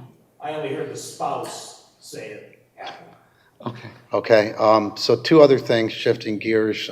Tax bills are going out on schedule. Thanks, Bob. You're welcome, thank Go you. green. Go green. And last thing is that I'm just about finished with the analysis on water rates, and I think the recommendation is going to be good news. If we need to raise them at all, it will be a very, very small number. Good news. Yeah. All set. John Stewart. I want to welcome Trustee Buckley. I want to tell you that in my 45 years inside Wayne County courts, I'm going to use that experience. And I really enjoy my judges, and I really enjoy working with the police officers. I had prosecuted. But I've seen some dirtier things in this township, politically, and more negative things in this township than I saw my 6 years in the state legislature. If you don't follow the rules when running a meeting, then you don't follow the rules. But this is a statewide problem, because on July 12th, the Michigan Townships Association is having an online forum on how to conduct effective, ruled meetings. My wife and I have never done a negative mailing. We have never had a negative post. And I saw that. I saw negative posts from up here. And he who throws, or she who throws dirt, loses ground. Confucius. So don't give me any arrogant, threatening talk tonight. Let's go onward and forward. That's all I have to say. I've been here 38 years, same house, same law office. The people know me. Okay, Trustee Buckley, how are you? Hi. Is your microphone on? Should be a red button there. You got to press it hard. It's on now. Well, this certainly isn't how I thought I would be elected. I never thought my family would be personally attacked in the election process. So no hard feelings. I don't necessarily agree with some of the things that you're saying. However, I'm here to work together with the board for the greater good of the township. I look forward to getting started. There's a bit of a learning curve, and I'm just very excited to, put my best foot forward here and let's get going. Okay. Thank you. So I just, when you visit me in my office, you will see a turtle by my desk. And I had that turtle on my desk when I was in Lansing on my seat on the House floor. And so much like the turtle, you have to have a hard shell. And you do develop a hard shell in this business, unfortunately. But also, like a turtle, sometimes you have to go into your shell for protection. But the nice thing about being a turtle is that turtle is always moving forward. Did you notice that? Turtles never, they don't know how to back up. They're always moving forward. So I have a turtle on my desk at work. My wife has a turtle on her desk, and she certainly has had her days as well. But we welcome you to this organization. I think you're going to be a very kind of a breath of fresh air, kind of a different perspective that I think we need. And I think it's also good for the community and ultimately good because, these are partisan offices, and I think it'll ultimately be good for the party because, unfortunately, these are partisan offices according to state law. So, again, welcome, and please stop by my office, and we'll be happy to set you up with all your business cards and plaques and goodies and all that. Okay, our next meeting will be June 28th. I told you this is going to be a busy month, where we'll be selecting the new trash hauler. We will have we're going to award a bid for a new ambulance that's being paid for with ARPA money. And then we will also be authorizing the purchase of a new automated stretcher for that new ambulance. And Chief Conley will have all of that information for us and can answer all of the questions you have on that. Right now, that's all we've got. We may have some consent agenda items, but I'm not sure if that's going to happen yet. July 12th, Bob, if you would like to, if you're ready, we can do the water rate approvals. And then we also want to award a contract for upgrades to the multi-purpose room. And then we may have a cluster housing option approval for the Purcell, the so-called Purcell property on North Territorial. It's Congressman. The actual contract? I believe it would be, yeah. Because I think we've already, as I recall, we already gave the pre-approval, so this would be the actual contract. So the good news is we don't meet the first week of July, so we do have a 4th of July parade this year through downtown Plymouth like we used to do, and we will be marching again with our colleagues from the city of Plymouth. We have our Unity banner there, so we'll be marching with them through the parade. And Jennifer, the main reason I supported you is because you have 8 kids, so we need people to carry the banner. And we're all old guys now, and our kids won't do it, or it's not cool enough. In my case, probably in yours too. So we'll have to. So we're gonna need your help on that one. Yes. So bring your kids because we're gonna put them to work that day. All right. I need a motion to adjourn. So moved. Motion by Clerk Vorba. Is there a second? Second by Trustee Monahan. All those in favor of adjournment signify by saying aye. Aye. Aye.